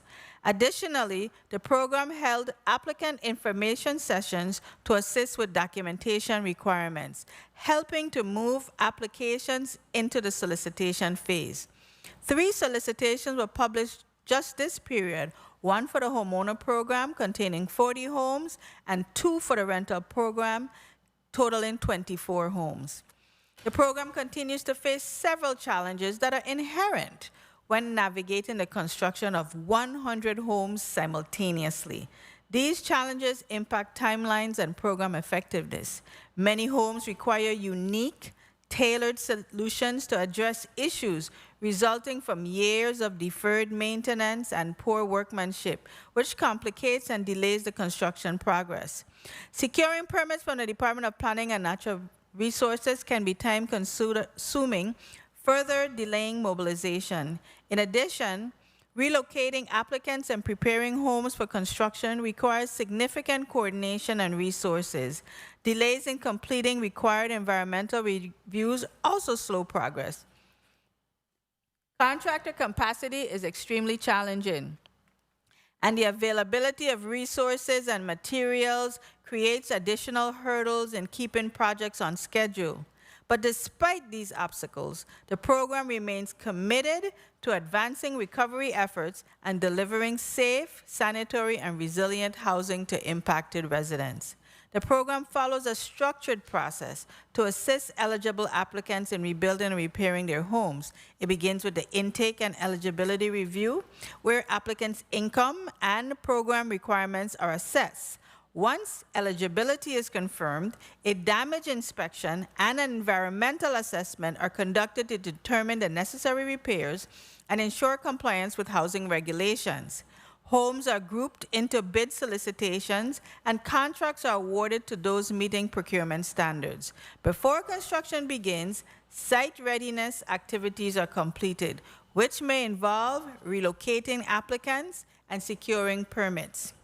Construction managers are responsible for inspections, project management, and payment validation to ensure that projects are completed according to the scope, building codes, and program requirements. Since the start of the recovery, we have made significant strides in rebuilding and strengthening our infrastructure. To date, 1,114 of the 1,600 projects are complete. Currently, 50 projects are shovel-ready, with 83 projects under construction. Several of our top priority projects are steadily making progress. Phase 1 of the Charlotte Amalie High School demolition project on St. Thomas was completed by Gabriel Heavy Equipment in May 2025. The design build for the reconstruction of the school, awarded to Consigli Benton Joint Venture, continues to progress with 90% designs for the second phase of demolition and reconstruction anticipated to be completed by the end of September 2025. Following FEMA environmental approvals, VIDE anticipates breaking ground for the construction by fourth quarter of 2025. The Arthur Richards Pre-K through 8 school continues to make steady progress and is 63% complete to date. The project remains on target for substantial construction completion in the summer of 2026. The contract for the design build services for St. Croix Central High School was executed in May 2025 with Consigli Benton Joint Venture 1. The design is in progress with construction scheduled to start in Q1 of 2026. Construction of the new Charlotte Kimmelman Cancer Institute began in March 2024 and is now 90% finished. The $51.8 million project awarded to J. Benton Construction remains on target for substantial completion in November 2025.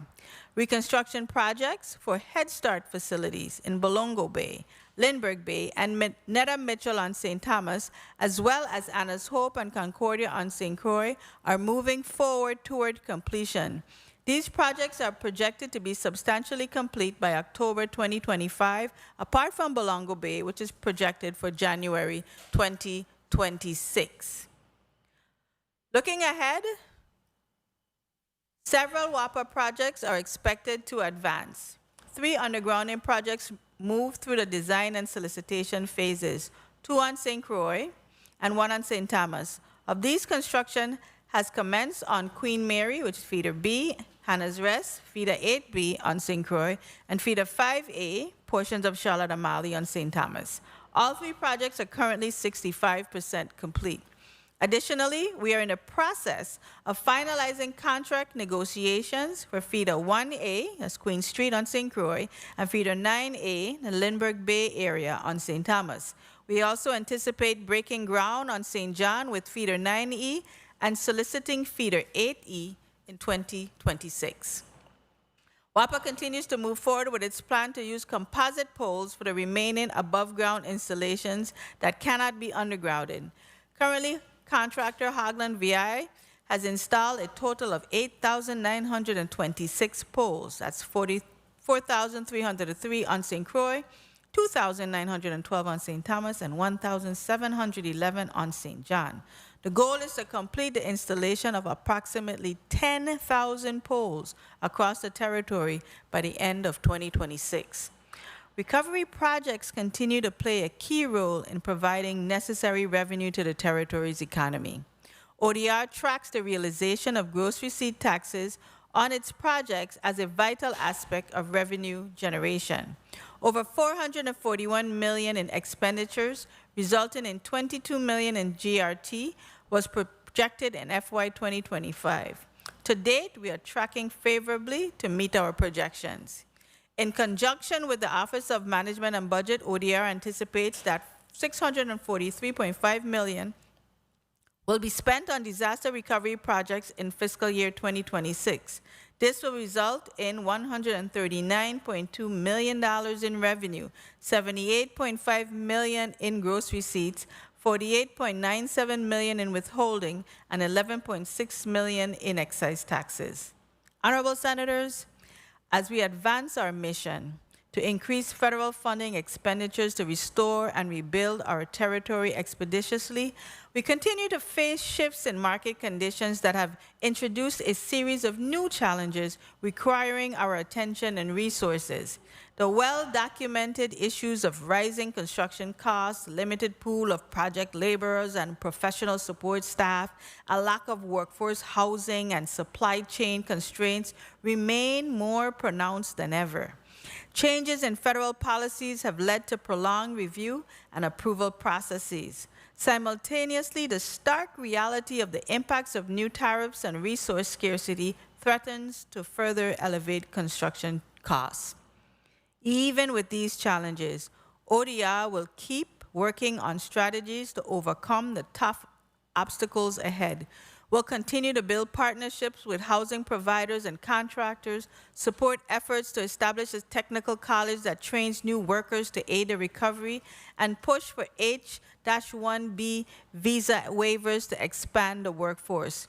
Ensuring our local contractors are included, the ODR has scheduled its second Industry Day to be held on October 27th on St. Thomas and on October 29th on St. Croix.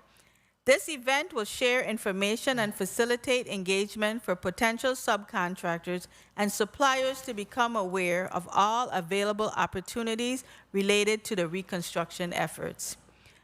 Honorable Senators, we thank you for the opportunity to present this testimony. Regarding the status of the recovery, we value your time and consideration and anticipate collaborating with this body to advance our recovery efforts. With your support and cooperation, the ODR is confident in our ability to meet our objectives of compliant and efficient utilization of obligated funding.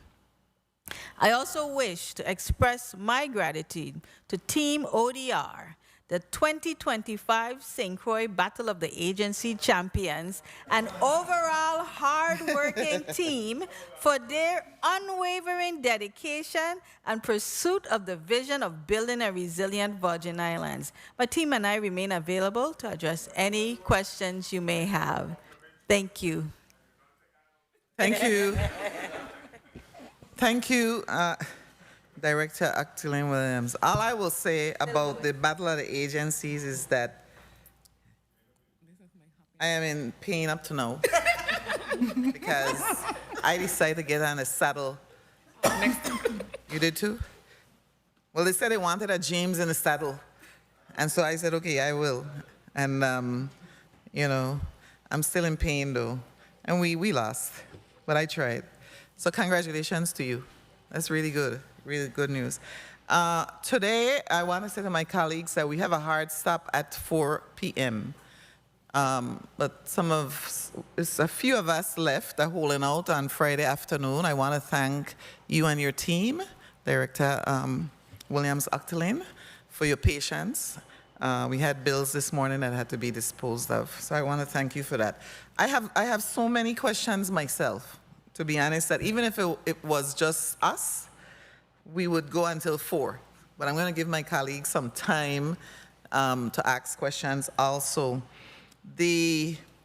One of the first questions that I will ask has to do with Envision tomorrow.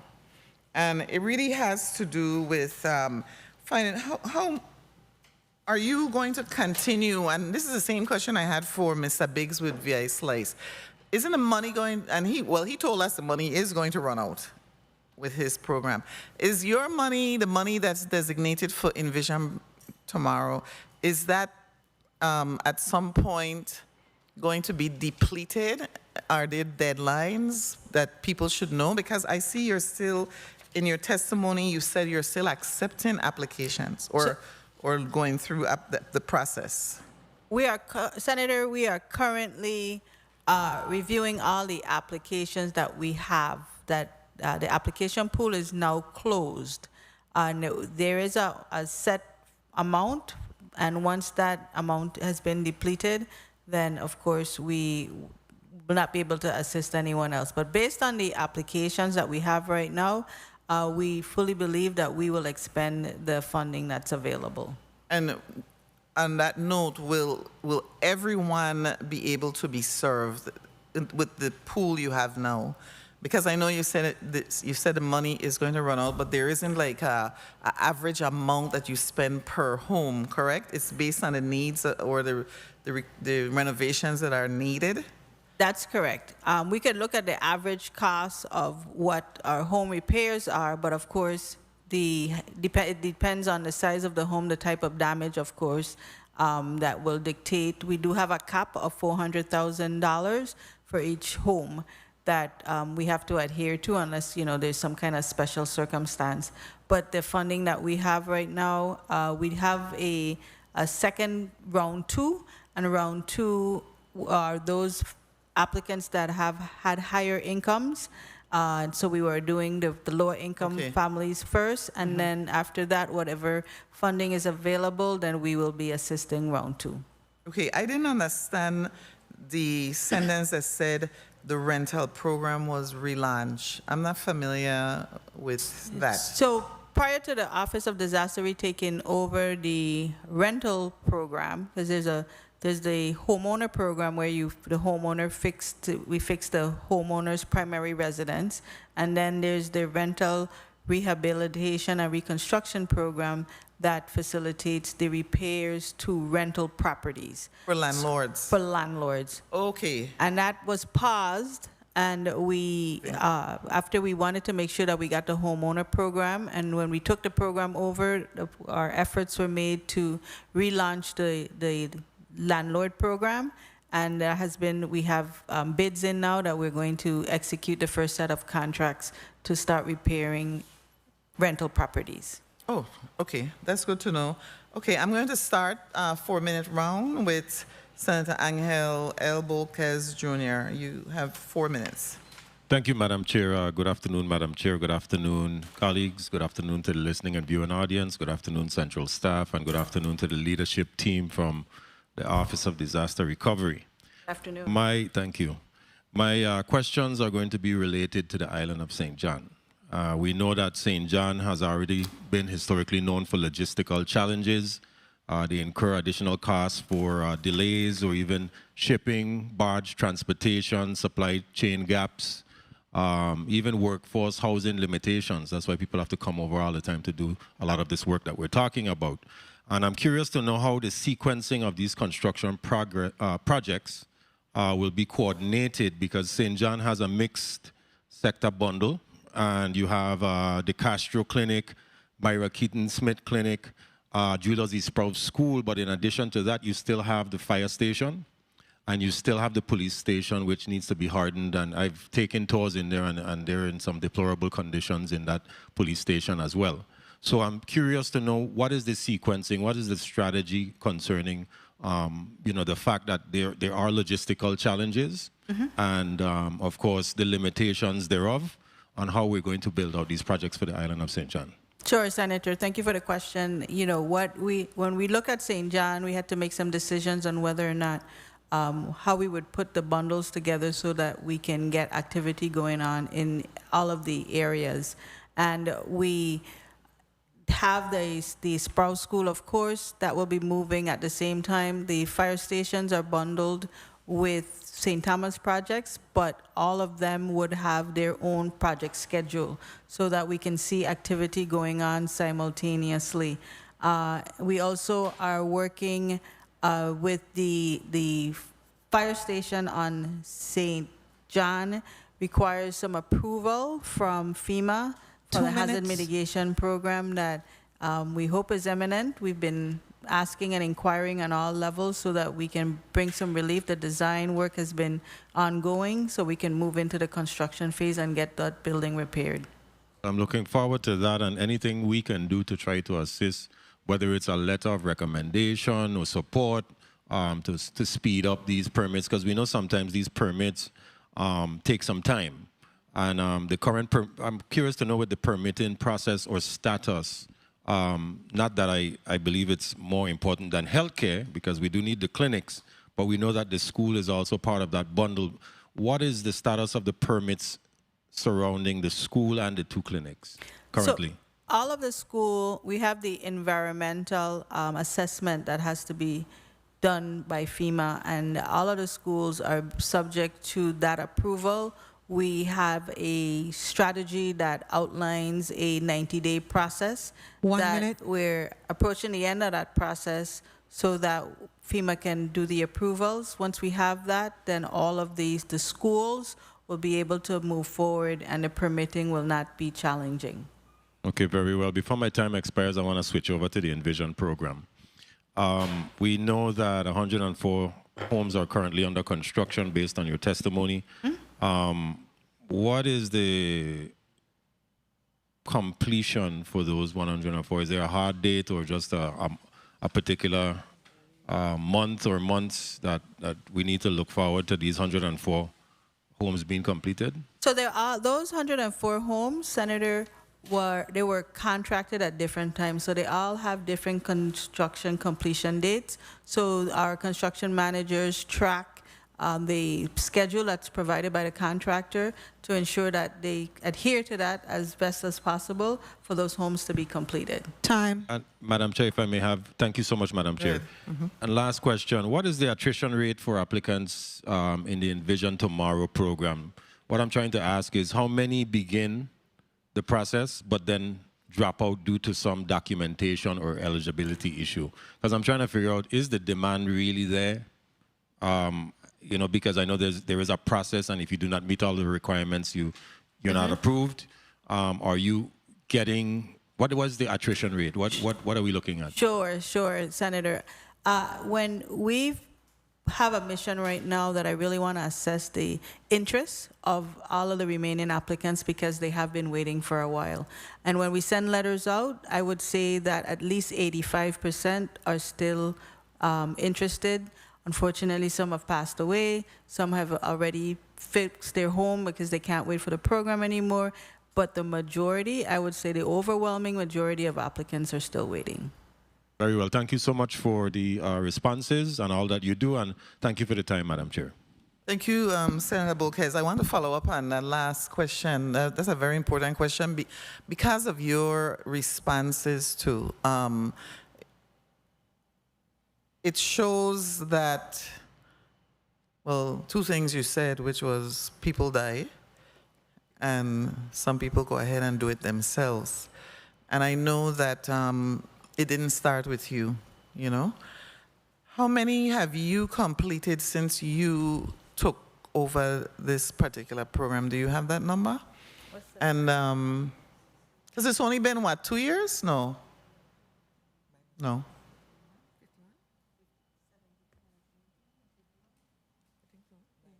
I just have to do the math. Yeah, that's 72. fine, yeah. When we took it over, it was 19, and we have 72 now. Right. And So- I stress that, you know, only to show though. That's why I appreciate that question, the attrition rate question that you asked, because I don't even know how to sum it up, because I think I know you know, why we need to diligently work, right? And do what we need to do. And so I wanted to, so some of the homes have not started yet. Correct. Is that correct? Correct. So you're waiting on those. And in that number that's waiting, there is a possibility that, well, do you think that even after 8 years, they will be able to do it on their own? I don't know, you know, when you go through your applicants and the people you deal with, you know, I need to stress this, that a lot of the people that we serve in this community and programs like yours in housing authority, in housing finance, are people who need our services. Yeah. So you see where I'm going though? Do you know, like, I know you're meeting needs, because 19 to 72, that's actually excellent. How do you feel, though, as a director of this particular program, in that you're going to be able to really get through those final 100 and something? I can't remember. Yeah, it's a little bit more than that. So it's actually a push. The team pushes very hard to keep the applicants and the process moving. You know, we look at 72 homes, but you also have to add the 104 that's in active construction. That's true. That we are managing, and it requires, you know, we sometimes we get change orders, 3 change orders. You can average like 2 to 3 change orders per home. So the activity to manage the program is a lot. What we find out is there's a percentage of people that has gotten funds from FEMA or from their insurance that are in that application pool that have been unable to move forward because they cannot demonstrate where the money that was given to repair the home. Some were taken to pay their insurance. Some spent the money because of some life need that occurred, and it is a requirement of the program that you be able to provide where it is, whether it's your insurance proceeds or, you know, other federal dollars, where it went. And we have a pool of folks that we are working with. We've not terminated them. We've given them an opportunity. In some cases, they've done repairs to their home, and we try to put together a monetary value for the work that was done so that we can be able to demonstrate so that they can get their assistance and move the application forward. Others, you know, they're looking at, they need to be relocated. That's another big issue. They have to move out of their home if the roof needs to be repaired or if the scope of work calls for them to be out of the home while this construction activity is going on.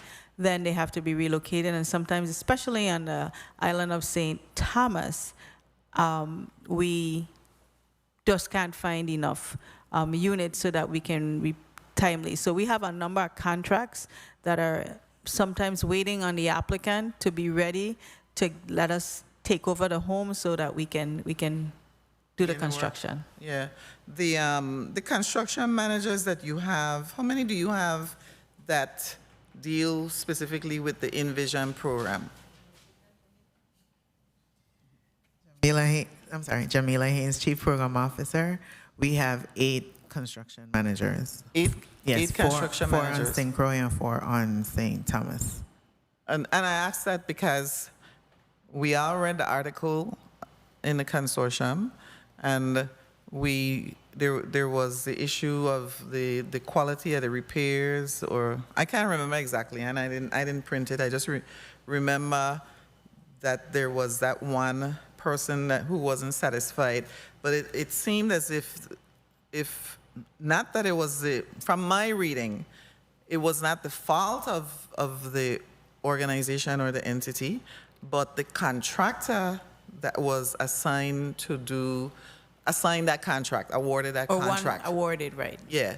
And so then the construction manager is who you have then, was the construction manager, and I'm going to use this word specifically because when GEC was here, my colleague, the at-large Senator Brock, and I believe Miss Tawana Nicholas was there, and everybody said they were satisfied. That just had me going crazy, sitting in my seat, because when we hire you to protect the least among us, because most of those people are not represented by council. They're not. I'm sure the majority of people in the Envision program are not. They have no. You speak for them. Right. You speak for them, right? We do. Yes. So can you address? You understand my concern? We definitely speak for them. We have a housing specialist. We have a construction managers. We have the lead construction manager as well as the head of the construction management division that ensures that the work is up to the requirements. In that case, I think it's important to share that project was not completed. That was an ongoing project. Okay. So, you know, we did not accept work.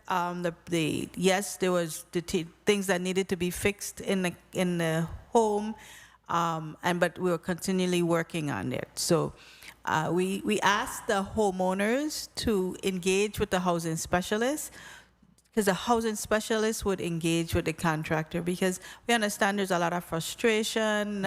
We don't want side deals. You know, you need to stick to the scope, and this way that we can be very clear on who's responsible, and it allows the program to hold contractors responsible. A lot of the contractors, not a lot, but there's some contractors that have challenges in their operation and management of multiple construction sites. And in those cases, we have more oversight. You know, they go out to see the homes, we have them, the construction manager, actually, they bring them in and do additional training. I've had workshops with the contractors. We've made changes. We've had workshops with the contractors and DPNR on how you submit permits in the e-permitting. So we don't just put them out there to build the homes. There's a lot of technical assistance and training that goes on to help the contractors, especially the new ones. We have a couple of really great ones that are turning out the homes quickly, and we have others that are building their capacity as they go along. But we have a lot more homes, and we hope to have contractors that are well versed in the program, that they can get in these houses and get out and turn it back over to the homeowners. Okay, thank you for that. Senator Bolkes, you have a point of information? Yes, thank you, Madam Chair. My point of information stems from your previous comments. Curious to know, assuming that ODR enters into a contractual agreement with these contractors, curious to know if that contract includes any liquidated damages of sorts, because if the contractor underperforms for any reason on a project, how do you enforce that? Yes, we have liquidated damages in the contract, and we ensure that they only get paid for work that's actually performed. Okay, very well. Good. Thank you. Yeah. Thank you very much, Madam Chair. I actually was going to ask that, but then I said I don't want to hog the time, because, you know, I'm really concerned about us, especially this hurricane season too. You know, we're all praying. You know, in Catholic Church, we pray against any hurricane coming and hitting us. We do that. And I pray that also. I'm going to move on before I go to my next question. I'm going to go to Senator Dwayne DeGraff. Senator DeGraff? 1, 2. Thank you, Madam Chair. Okay. Good afternoon, colleagues. Good afternoon, testifiers, all of you listening and present. Madam Chair, just like they say, I had a previous engagement I had to step out to, so I do apologize. But I stand in support of Bill number 36-0110. Thank you. Director Williams Octalin, how are you today? I'm doing well, Senator. Thanks for asking. I heard about 104 homes. Yes. What was the total number you were trying to get to? So we're on a roll. So I like to hear that. When we had the conversation, you told me I needed to get to 25, and you told me I couldn't do it. And we had 100. I gave you 50. What? Okay, we'll take 52 if you want to take 50. We had 104 now, though. But 500 was your total by no, when? No, we have. We have 104 under construction, and we finished 72. Okay, and I think that's very much commendable, because you know, it's a tall order. Now, a couple of the issues I had, again, my world famous question. Today is September 12th. Between now and December 31st, 2025, how many shovel-ready projects do we have that's going to get off the ground? At least started. So, Senator, we have several key projects in the Super PMO that we are pushing, big projects that we want to get started, but we do have 83 projects that are under construction, and we have 50 that are shovel ready. And these are our priority focus projects. Okay, excellent. Contractor bonding. How many bond or contractors that you are operating with, the processes that you have that are bonded territory-wide?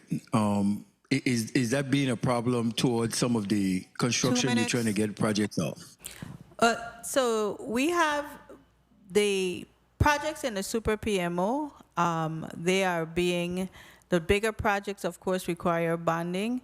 Once the project requires bonding, then they would have to meet the requirements. So are you seeing that as a problem right now? Well, we have always had a deficit of contractors that were able to secure bonding for larger projects.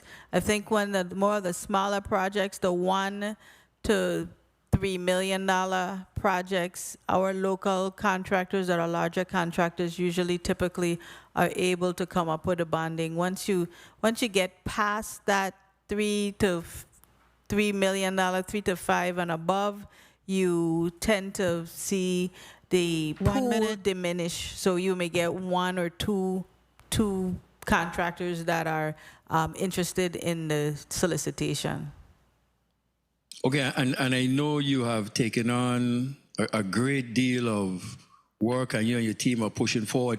Have your staff been ramped up to address some of these bundles that we are talking about getting out, and obligations that we have, the hundreds of, billions of dollars that we have obligated? Have you ramped up the staff much anymore? Yes, we are in a constant phase of increasing of staff.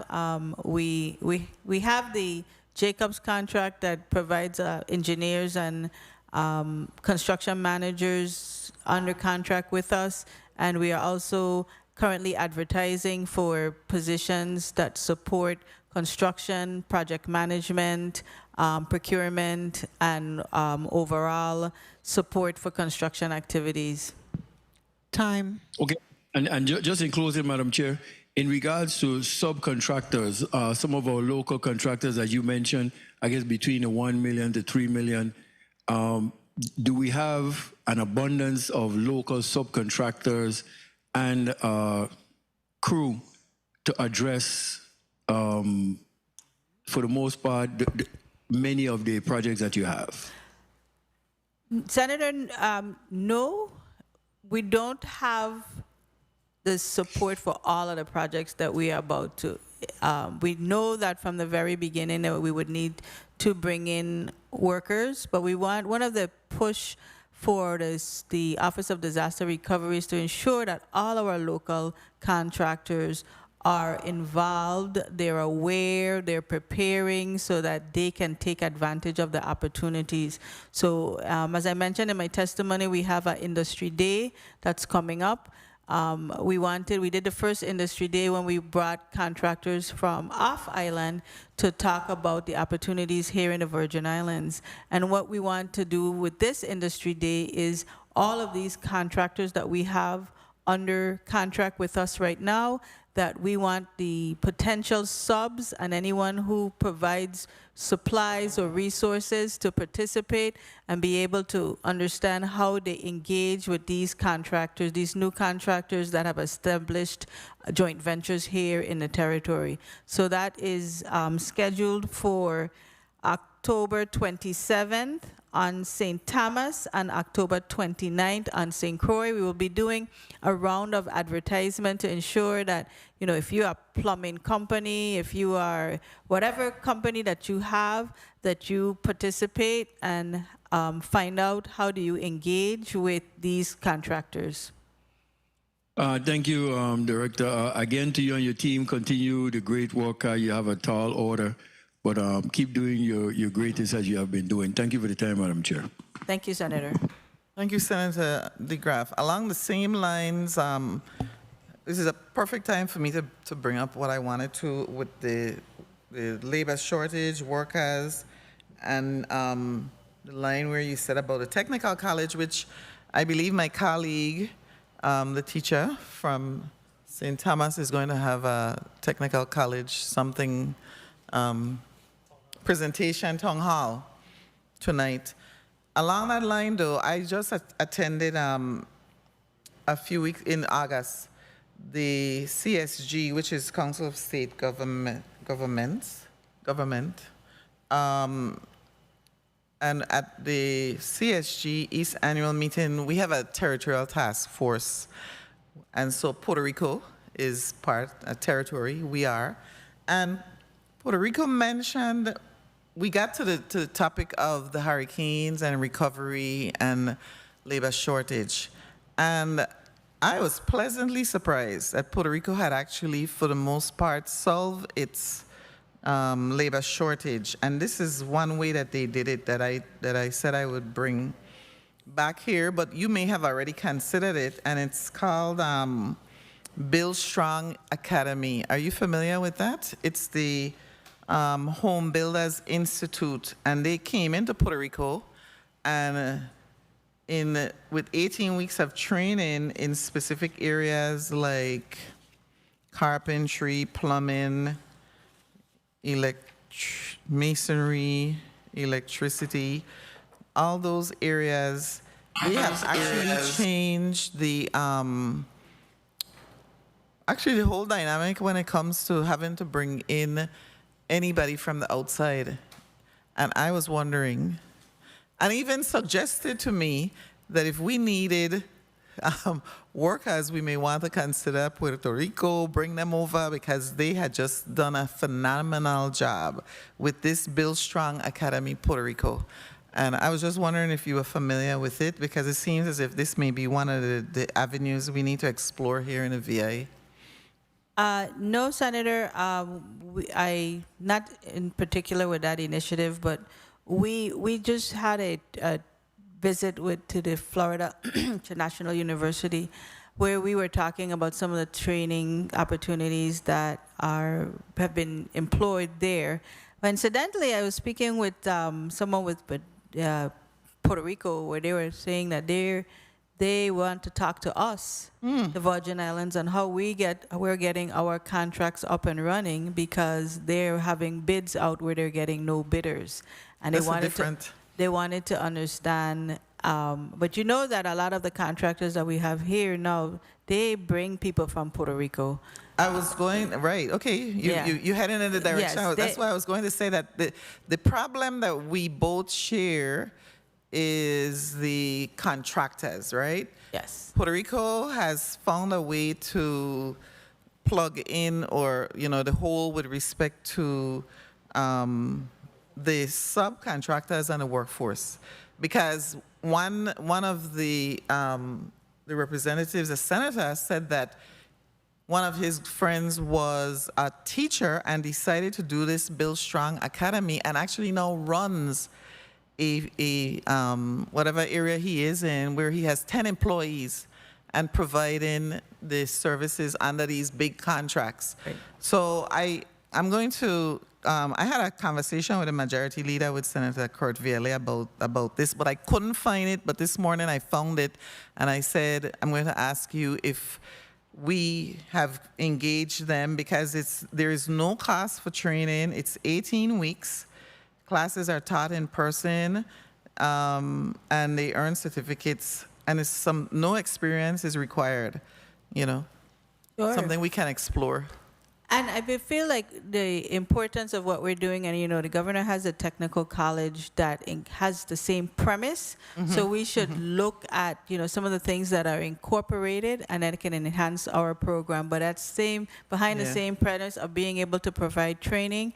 And then a lot of these contractors that when we are engaging with them with contracts, they're talking about the investment they want to make in workforce development here, by doing things like providing instructors for the technical college, creating a system where they can hire their employees, and as a part of their employment, they would have to take classes to the technical college so they can elevate. Okay. So that's all infused in the whole technical college approach, but it's always great to see where other jurisdictions are doing, so that we can create the best type of product for us here in the VI. Yeah, I mean, I don't know what the timeline is for the technical college, and I really don't know how long it took for this particular program to start, but I do know that Puerto Rico has a lot of other resources and than we do, and they use a lot of the technical colleges that they have and the University of Puerto Rico to provide the space. Which leads me to my other question, which you just touched on, and that is that in your testimony, it seems as if there's a few companies winning all these major contracts. So my concern now is, for example, Consigli Benton joint venture. They've been awarded a number of contracts. And you kind of answered the question a little bit, because my concern is the manpower shortage. So if they have all these contracts, how are they then able, and where are they getting the manpower from to make sure that these projects are not stalled?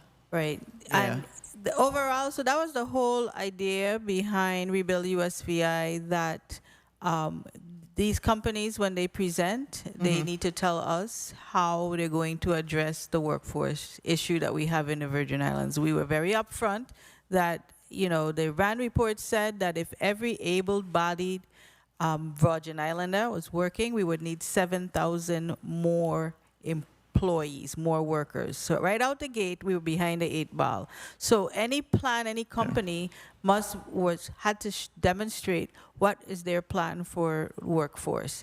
Every one of these companies have a strategy. Either they have they created joint ventures with additional companies to provide workforce, employees, whether it's on the employee level or in the management level. And those are some of the things that they had to present. I'll let Tawana talk a little bit more about what they've discussed. Okay, go right ahead. Good afternoon, Tawana Nicholas, Assistant Executive Delivery Manager. Consigli Benton is, yes, Benton, but is also joined with Consigli. They have 3 contracts, but with Super PMO, we have 4 new contractors to the territory. With all of these new contractors that come in, again, we ask them how they do plan to engage in local workforces, and if tapped out, how do they plan to reach out to their national networks. They have all committed to working with our local subcontractors and have identified that they will be self-performing some of the work, because we will reach to a peak where everyone in the territory will have work. As long as they're skilled. But they have also committed to training our local workforce. That's the important part, because and that's what Puerto Rico was saying. They knew that people needed to be trained, and they needed to be trained to perform to the quality that they expected, and they were able to do that. And I was just impressed. I'm going to go to Senator Clifford A. Joseph Sr. for your 4 minutes. Thank you, Madam Chair, and good afternoon to the ODR crew, or the champions of the government. Yeah, the champions. Good afternoon, ladies. Good afternoon. Good afternoon. Before I go any further, I got to reach out to my colleague over there in St. Thomas. Happy birthday to De Graaf. Cutting cake and ain't saying on St. Croix with Avery, but we okay. We check you up on next day on that. And I boss in the bubble open here today too. And happy birthday in advance to the ODR director tomorrow. Thank you. Well, my first question, I just want you to expound on some of what you were speaking to but I want to make it clarify that the smaller contractors wouldn't have to be worrying about banding because they can fall in the slot. That's correct, Senator. The bonding is the requirement of the prime contractor, so the subcontractors would not have to provide bonding. Yeah, I want the community to hear it loud and clear, so when they have guys saying they ain't going to work because they ain't got bonding and they didn't take part, so they better be looking forward for the date of October 29th here on St. Croix, and then the 27th on St. Thomas. So contractors, please come out. Please come out, please come out. Ain't want no crying later. As we go on, how far are we with the pushing on the HB visa. How is that working out? So the governor has had conversations with consultants and also with the federal agencies that require us to make some changes to the law so that the territory can be considered for the ability to bring in workers. There's something that has to be lobbied through the Department of Homeland Security. 2 minutes. And we're still pushing on it. It is critical for us. We've outlined the criticality of needing that approval here in the territory. So along with Commissioner Malloy, that is still on the drawing board for us to push forward. Okay. Check anyone here quick. Okay, I'm going to thank you guys again because I've been crying for this forever to make sure that the hospital doesn't end up in a super PMO. And you got one contractor taking care of both. So we have, when the work begin, I expect to see steady action in each district. Yes, Senator. After we had put that solicitation out several times, we were pleased to have 2 viable, competent responses that the committee vetted, and a determination was made that both hospitals should be awarded to 1 minute. Clark, MCN, USVI joint venture, and we are moving forward to get the contract finalized so that we can get work moving. The question I have when it comes to the wastewater and the new water lines, are we expanding any or are we just covering what was there before? So the FEMA dollars are available only to replace what was there existing. There were some EPA dollars as well. What we're hoping to do is to make sure that any funding sources, any resources we have in that particular area, that we carry out the scope of work so we could dig once. But it's mostly the funding is for replacement and not new. Not for new files. Thank you for that response. And last, as far as WAPA. Time. Is there a plan to move Richmond plant still, or what's the overall on that as far as? So there is a proposal that's currently being looked at, because with the generator replacement, there's an opportunity to rebuild back on site, or also to have an alternate site for power, potentially on the South Shore. That is currently being vetted with the Water and Power Authority. When that bid comes in, then we'll be looking at the first phase of that would be to establish the temporary generation while they're building the plant. So simultaneously, we'll be able to have the studies in that's currently out on what is the best approach if we need to have an alternate site for power. Thank you for your response, and thank you, Madam Chair, for the time. I ain't trying to go over. Thank you. For the hospitals, MCN is who's currently working on Arthur Richards? Or Yes. And who's Clark? Is Clark MCN working on Arthur Richards, or is it just MCN and then they entered into a joint venture for the hospital? It's Clark, MCN. So they enter into a joint venture with Clark being the lead. And who's Clark? Where are they coming out from? Well, I mean, if you go in the DC northern area, you'll always see a lot of these buildings. That Clark sign, yes, that's the Clark. That same Clark. That same Clark. Okay, good. That's what. So I want to ask this too quickly before I move on to Senator Frederick. The schools, Pearl B. Larson, Alexander Henderson, Alfredo Andrews, and Claudio Marco. Those are going to be demolished and then and then construction, really? Or is it not? There's not renovation. It's complete demolition.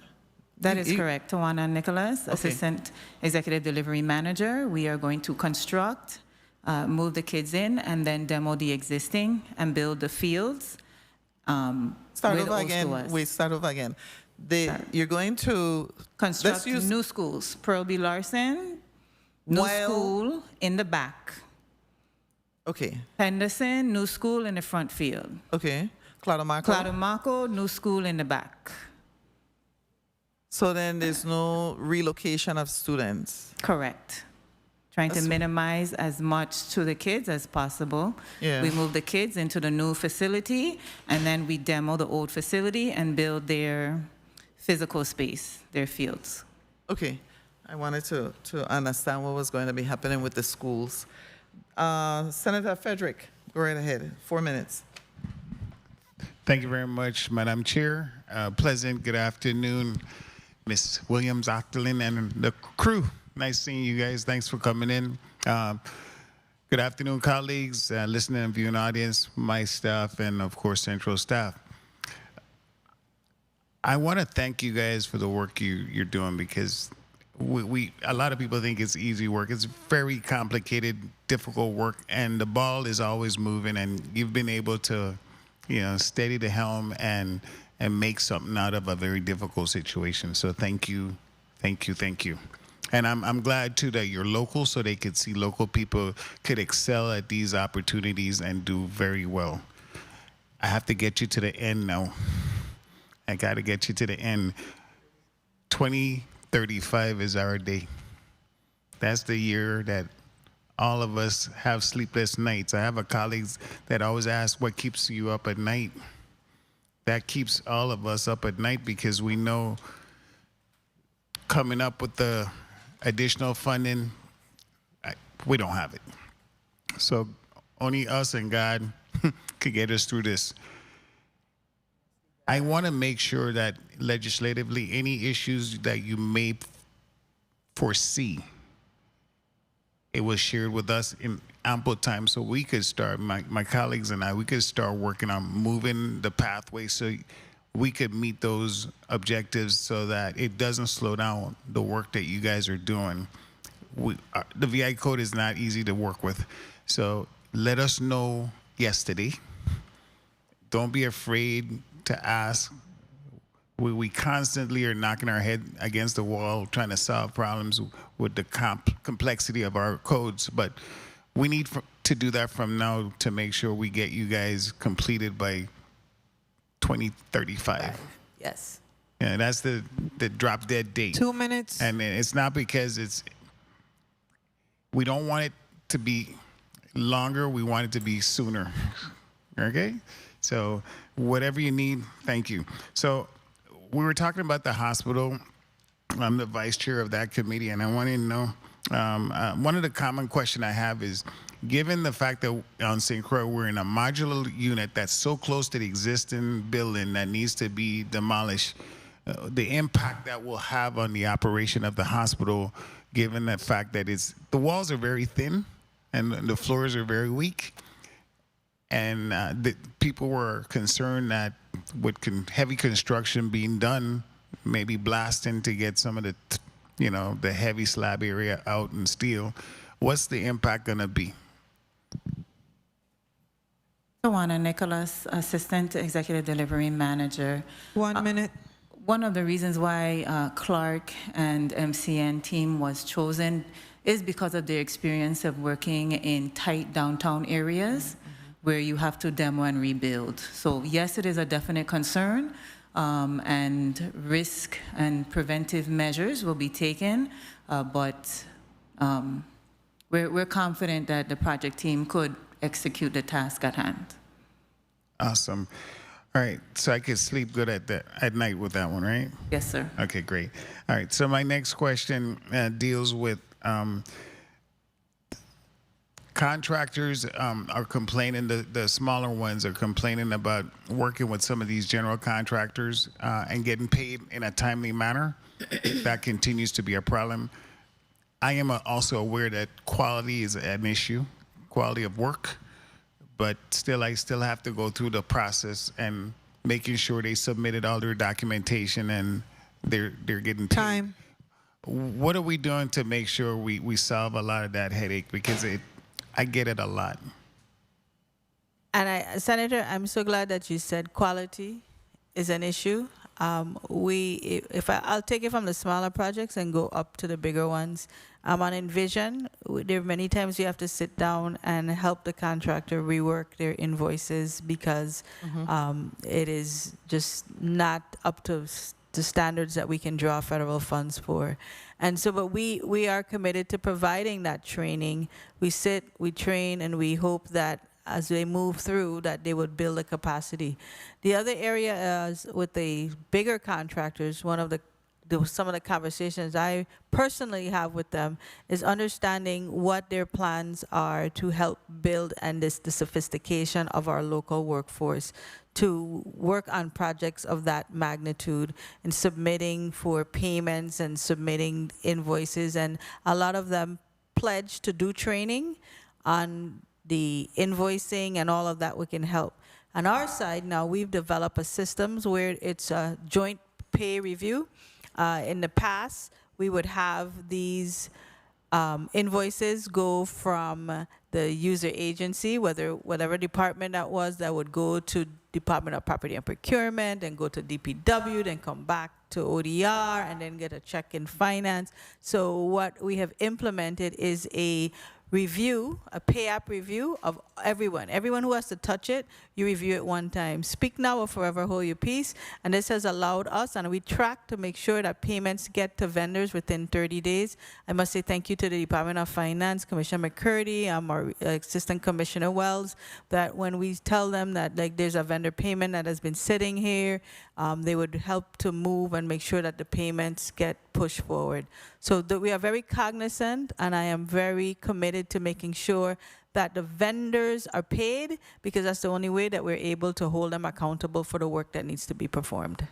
Thank you very much. In your testimony, page 9, you spoke about the composite pole project, 10,000 that were supposed to be installed by 2026. What percentage are we in terms of that? Because I think we still have quite a bit to go. So there's the initial portion of the procurement, the solicitation that was done for those composite poles, and the plan had to change because a number of the work was supposed to be undergrounded. Based on the benefit cost analysis with the FEMA funds, we found that it would be more expedient to do the composite poles as opposed to undergrounding. So this is another set of poles that we are doing. But we are at a very good clip. I would have to calculate the percentage. 89%, but that's 89% of the existing number. So we are now going back to FEMA for the additional approval to change from undergrounding to composite poles. So we're just about done on the first set, and now we will start on the next phase for the transition in the plan. So I thought undergrounding was a more permanent solution because, these storms are not going to stop coming. If we go with these composite poles, those are 40-year useful life, so we're going to be right back where we started. So why aren't we looking at the more efficient mechanism? It's very easy for me to answer that question, Senator. Money. In order to get, these are what FEMA call mitigation, and our benefit cost analysis must equal to 1 based on the formula. And what we have now is that if it's the benefit, undergrounding has proven to be extremely expensive. Yeah. And because of that, we had to make a shift in our mitigation strategy. So that's why we had to push to the composite poles. Can we at least cover those areas that have the highest priority? Because I could see some areas that we really need to go underground. Oh, absolutely. So that's what has happened. Okay. So this is an overall plan. It isn't that, the Water and Power Authority, along with all of the other utilities, went back and looked at where are the key areas, and you see them in the undergrounding with in the bundles, and then the other areas, and it's also with terrain that makes a decision on what goes for undergrounding and what's more prudent to be composite poles. Thank you very much. Appreciate your responses. Madam Chair, thanks for the time. Thank you. Thank you. Thank you, Senator Frederick. I wanted to ask your the sentence on page 3, where you say, in order to maintain the lower cost share agreed upon with FEMA in February 2024, the territory must complete all fixed cost projects by 2035. So this governor is leaving. That means 2035.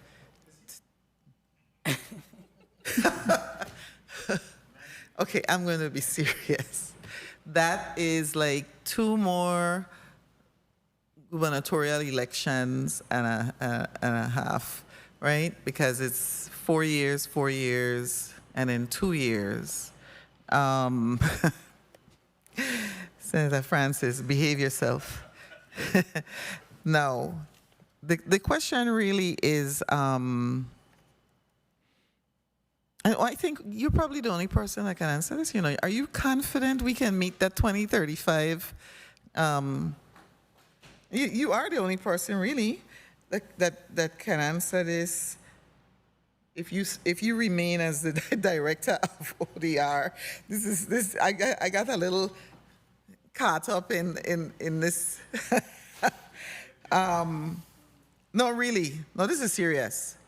2035, 10 years from now, you made some really good decisions, you and your team, about the approach, which I wanted to get into, but I think I'm gonna have to leave that for another time that we meet, where you talk about progressive design, build, and construction, and I think you did that because of the need to expedite, correct? Yeah, and so how confident are you feeling using these approaches rather than the traditional approaches, that we can, in fact, so that we don't have to pay any more in terms of the cost share? So this is the necessary approach. One, to engage. Before we launch Rebuild USVI, I spoke to contractors. I went personally to all these different states, and we had coordinated a meeting with presidents from these big companies, some of the same ones that are down here bidding now. And they told us point blank, like, we are leveraged out several years. At the time, they were like leveraged to 2026. And they're not interested. It had to be a certain size. And also, they had to be a certain shared risk model. Right. And most contractors are not getting into design, bid, build. And it was proven. We put things out to bid, we didn't get any responses, we have to put it back again.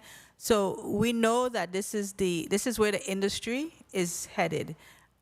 The early works packages is excellent for us for what we need to do to expedite to get to 2035. Because we can say that the design is not complete, but we can start doing the foundation. We know exactly what the dimensions on the building, where it's going to be placed on the site. We can start doing work as we finalize, the type of lights or the type of doors we're going to have in the building. And that's why that was selected. And in order for us to continue moving, we have a lot going on.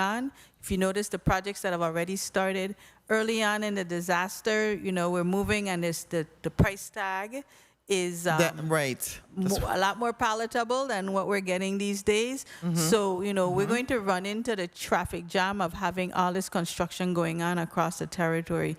And so we have to, whoever takes the helm after this has to complete these projects. And our mission is to make sure that we get them started and can demonstrate to the federal government that we have committed these dollars towards, and we can tell them who we've committed it to and for how long we've committed it to, and what the intended product is at the end of this time frame. And we want to make sure that we secure these dollars and get the projects started so they can get completed. Yeah, you're going exactly where I was going, because right above that, you talked about the fact that the recovery funds are not sitting in a bank account, but you need to secure them. And, well, you just answered that for me. Senator Milton Potter, you're recognized for your 4 minutes.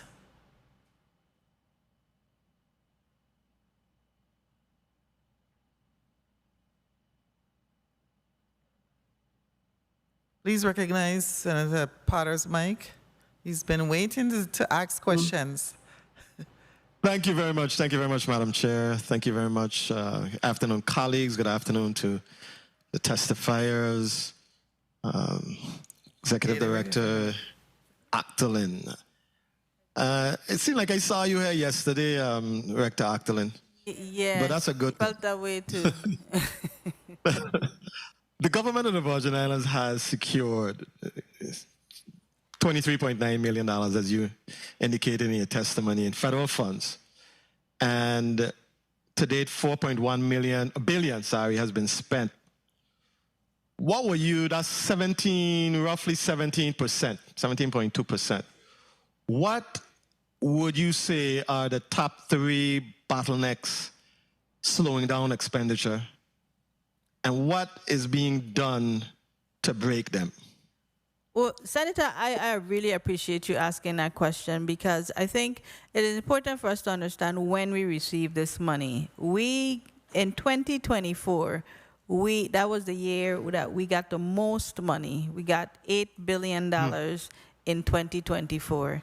And then an additional $5.6 billion in 2025. So, you know, we would not, if we had just stuck at the $8 billion, we would have been halfway through the $8 billion. So in 2024 and 25, we got like almost $12 billion. So we are on track for spending that $12 billion, because we put the solicitation out, and we have them in the next year, we have these projects under contract. So if we look at it that way, we are actually making progress in the expenditures of those dollars. Understood. The lion's share of the funds that you just received between 2024 and 2025. Yes, last year and this year. Yes, thank you. Are there any funds at risk of being clawed back if timelines should slip? I know the target date we're looking at 2035. So, Senator, clawback usually happens mostly on funds that have not been touched. You know, typically the federal government sees and honors the commitments of the jurisdiction. So if we have them under contract and being expended, the history would show that we're able to demonstrate that these funds are being utilized. Monies that are untouched and have been sitting for a long time have greater risk. Got you, understood. Now, given that several critical projects, hospital, the horizontal infrastructure, have completion dates stretching into 2030, 2032, what contingency plans exist if there are further supply chain or labor disruptions? Well, the strategies that we have now in place, one, that the contractor looks at whatever can be procured. A lot of what the contractors are sharing with us is that they understand that supply chain is an issue, and they have plans to procure where they're going to warehouse this equipment, the materials that they need to purchase. So a lot of these larger contractors are way more sophisticated, and they also have national networks that they rely upon. Some of them, you know, can ship in their own resources, and those are the strategies that they've outlined to us. We never know what the future holds, but for that, we just handle that in the prayer meeting on Thursday nights. Got you. Time. Now, given the 2035 FEMA fixed cost completion deadline, 2035, what is your level of confidence that all projects will meet this deadline? Time. And what is plan B if delays push projects beyond 2035? And I know my time has been called, Madam Chair. You can answer the question on the chair's time. Thank you very much. So the strategy that we have right now, Senator, I feel that is the best strategy that we can employ. You know, this administration has gone to bat for a lot of things that folks told us could not be done. and they would not be considered for the Virgin Islands. And I think it would be incumbent that if we get to 2035 and we have a few more projects left, or we're halfway through, that whoever the powers will be will make sure that they lobby to the level that we've lobbied, continue to push on behalf of the Virgin Islands for what we need, because we're very unique in the portfolio of the United States, and no one has our challenges, and we always have to share that with the federal government, the understanding that we don't have these resources, and if you want to lessen the investment that requires in the territory, that they will make those special accommodations for us. Thank you for your response. Thank you for the time, Madam Chair. Sure, Senator Potter. Thank you for that response. Next on the list is, we said the best is for the last is for the best? What's going on here? Senator Novel Francis. Thank you very much, Madam Chair. You saved the best for last. Thank you very much, and good afternoon, and thank you to Team ODR, Team Resilient. Team Resilient. Congratulations on your Battle of the Agencies victory. Thank you. Happy birthday. Thank you. In advance for tomorrow, as well as happy birthday to my colleague, Senator Graff, who will be celebrating on Sunday the 14th. So congratulations to both of you. Obviously, in my position as the finance chair, I pay particular attention to the numbers. And in your presentation here, your testimony, you talk about the $22 million in GRT that is projected to be realized in 2025. Where are you right now in terms of that number?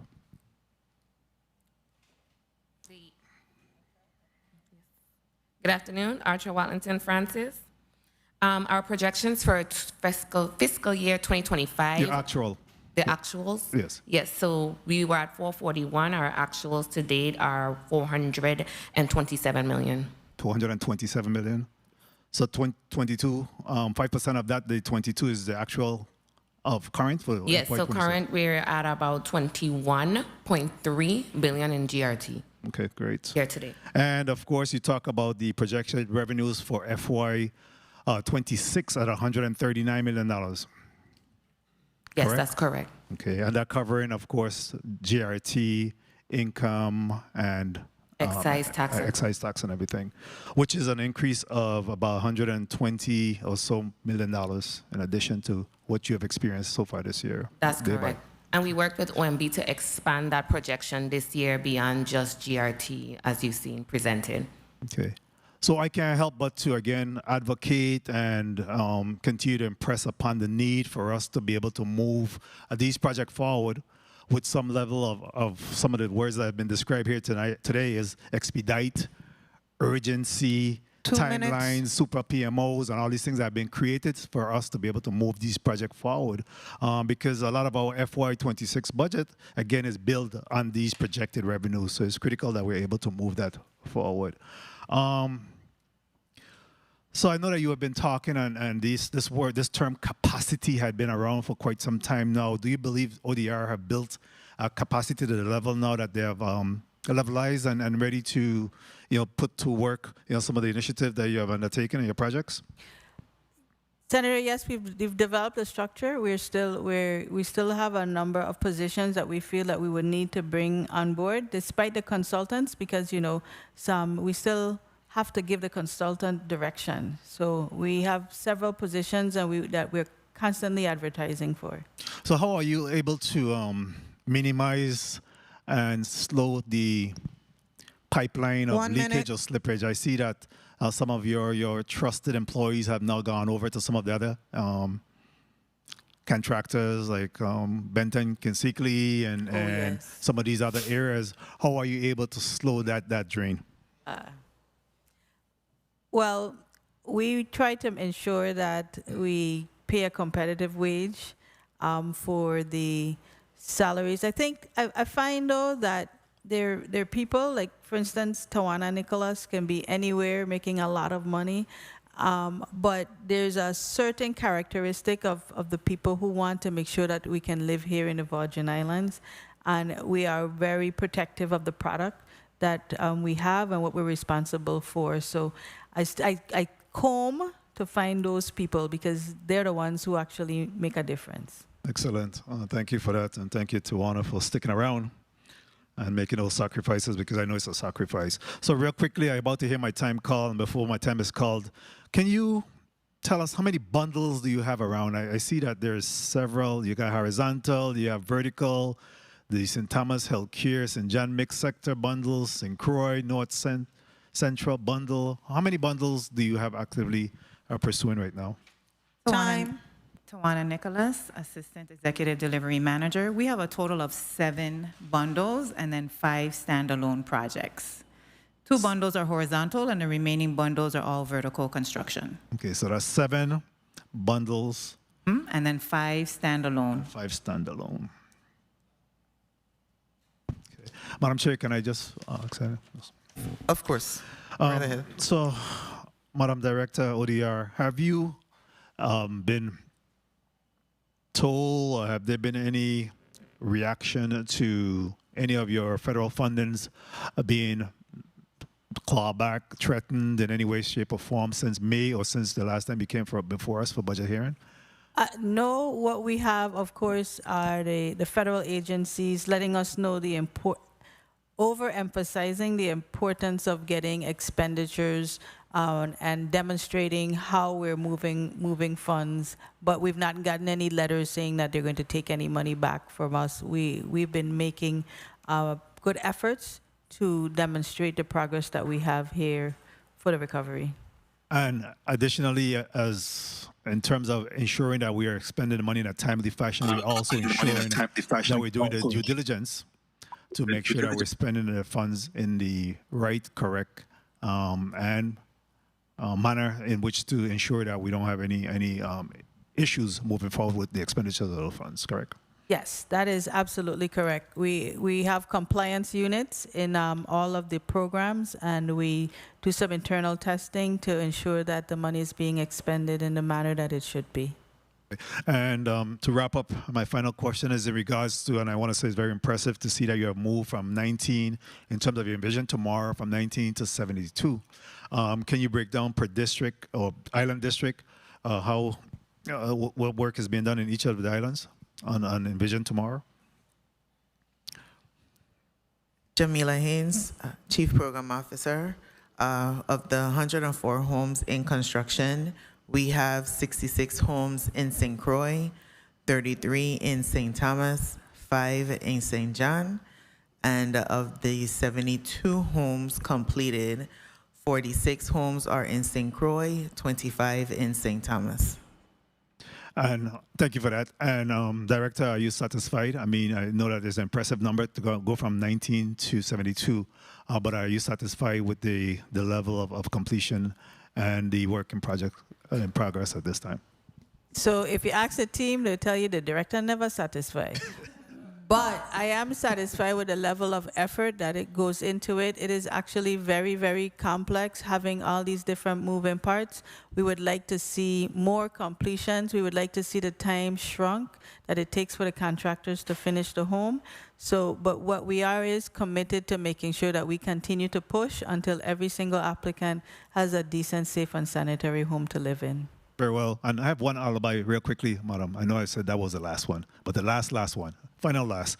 In regards to permitting, what is the conversation that's being had with those agencies similar to DPNR and those areas that is very necessary for us to be able to move the permitting process in a timely fashion to ensure that we're meeting the timelines that have been established by ODR? So we are in constant conversations with DPNR for permits for the Envision program. Overall permits, they have a system where the bigger projects are being done in a different process, not internally.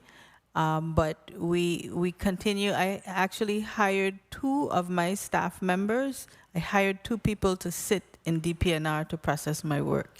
So just so that a commitment that we're looking at many different strategies so that we can help to support the overall recovery, because we know that the recovery is testing the bands of our current government, so we have to augment those areas. Thank you, Senator Francis. Thank you, Director Actalin Williams, too, for your transparency. We have Senator Carla Joseph. You're recognized for your 4 minutes. Thank you so much, Madam Chair. I've been listening partially to some of the discussions. I was in some meetings, and so I had to rush up to make sure I'm here to ask some of these pertinent questions relative to the progress ODR has been making since it shifted it and pivoted its strategy to the super PMO to get some of these critical projects off the drawing board, and I'm actually shovel ready for us to move forward. Director Williams Actalin, I want to direct your attention to page 6 of your testimony regarding specifically the horizontal bundle for the east end of St. Thomas. I know it's for work with the power, water, wastewater, and road work. I'm going to focus mostly on the water, wastewater, and road work. How far along are we with this, and who is the contractor? Is this bundle already out to bid, and you've selected a contractor to actually implement this? Oh, sorry, Senator. I thought you were finished. I had a little delay. In the testimony, we provided an update that that project is in bid evaluation. So the bids are in, and we are currently evaluating it. Okay, and what's your time frame to conclude your evaluation period? The goal is to have it completed by the end of this month. Okay, wonderful. Now, we're having a major challenge here in St. Thomas, particularly with the wastewater.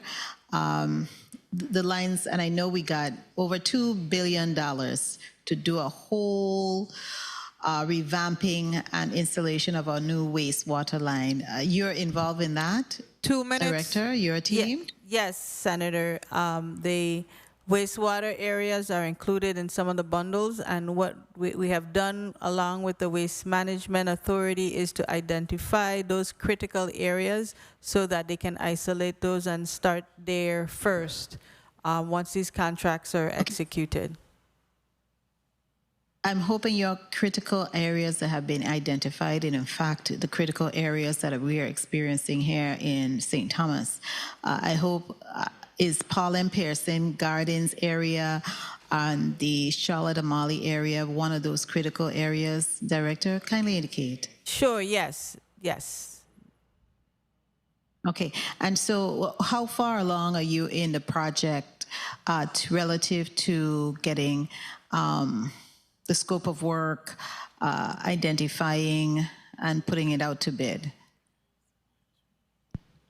1 minute. The bids are, you're speaking about St. Thomas horizontal bundle? The bids are horizontal bundle for Charlotte Amalie. You already gave me the one, and this is Charlotte Amalie or St. Thomas West, downtown or mid. You already gave me the bid evaluation for St. Thomas East. East. Yes. St. Thomas. We're still in St. Thomas. Good afternoon, Tawana Nicholas, Assistant Executive Delivery Manager. We're working in conjunction with the Waste Management Authority. They are working on the design, and as they complete the design, a bundle will be out to do the execution. You have a time frame, Ms. Nichols, on when you're going to be able to get that scope of work and everything completed by Waste Management Authority? Because I know you're managing them. I do not, Senator. So, okay, I would definitely think that we need to, I'm sorry, Madam Chair, I heard my time was called. Go ahead, Senator Joseph. Thank you. We'd really need to, have some definite time frame to work on getting that information because the residents in the downtown area, Paul and Pearson Gardens, also in our Charlotte Amali area, the infrastructure is really brittle, practically damaged, and Waste Management Authority has put in new pumps, and because of the compromised infrastructure, we're seeing a lot of backup with the sewage. So I just want us to look and be cognizant of that and to put in some firm time frames and hold Waste Management Authority a foot to the fire to get it done and give it to you. That's my only plea. Madam Chair, I want to ask one more pressing question, if you would allow me. Yes, go ahead. Thank you so kindly, Madam Chair. Now, I wanted to ask you regarding Charlotte Amali High School.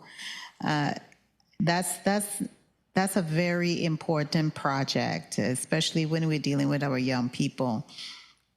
I noted here you said the demolition is you're going to be following FEMA environmental approvals. Have you already started to do your EAR, your environmental assessment reports, to submit to FEMA so we can have some time frame when you said you're going to be breaking ground for construction by the fourth quarter of 2025. That's the fourth quarter. This would be the ending of this month, or you're talking about calendar year quarter? Calendar year, Senator, and the environmentals are it has all been submitted, completed. We are just waiting for the response from FEMA. Okay, and has FEMA indicated to you how far out they are to giving the approvals to go ahead so we can do the construction? Yes, so that's why we have done the projection that we expect to receive them so that we can get demo started this year, by the end of this year. Okay. By the end of this year, so that'd be like December or so. Okay, and Madam Chair, just one more fine. I know I said one, but please, I beg you to allow me to ask about the school. Thank you. Finally, St. John, going over to St. John. School and education is very critical area for us. School, housing, health, those are the critical major issues. So for the construction of the new Julius E. Sprouse School, you are looking at that happening as far as the environmentals, the EAR. When are we looking at projecting that you're going to be able to begin? I know you said in that whole bundle you had the Castro, you have Myra Keaton, and you're looking in that bundle that is going to end and be completed in 2031. So what time frame do you think we'll be starting on Julius E. Sprouse, at least to do a groundbreaking?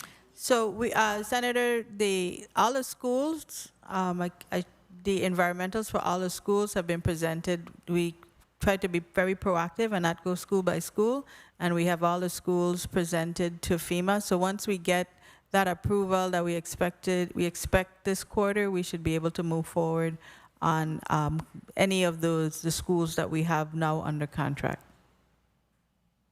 But you're expecting that this whole entire bundle, which includes Julius Sprouse, Morris D. Castro Clinic, and Myra Keating Community Center, you're expecting that this whole bundle will be completed by 2031?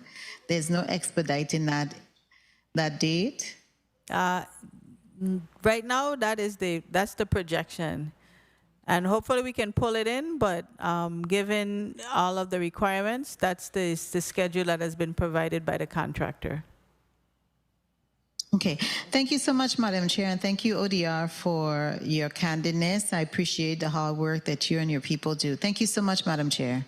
Thank you, Senator Joseph.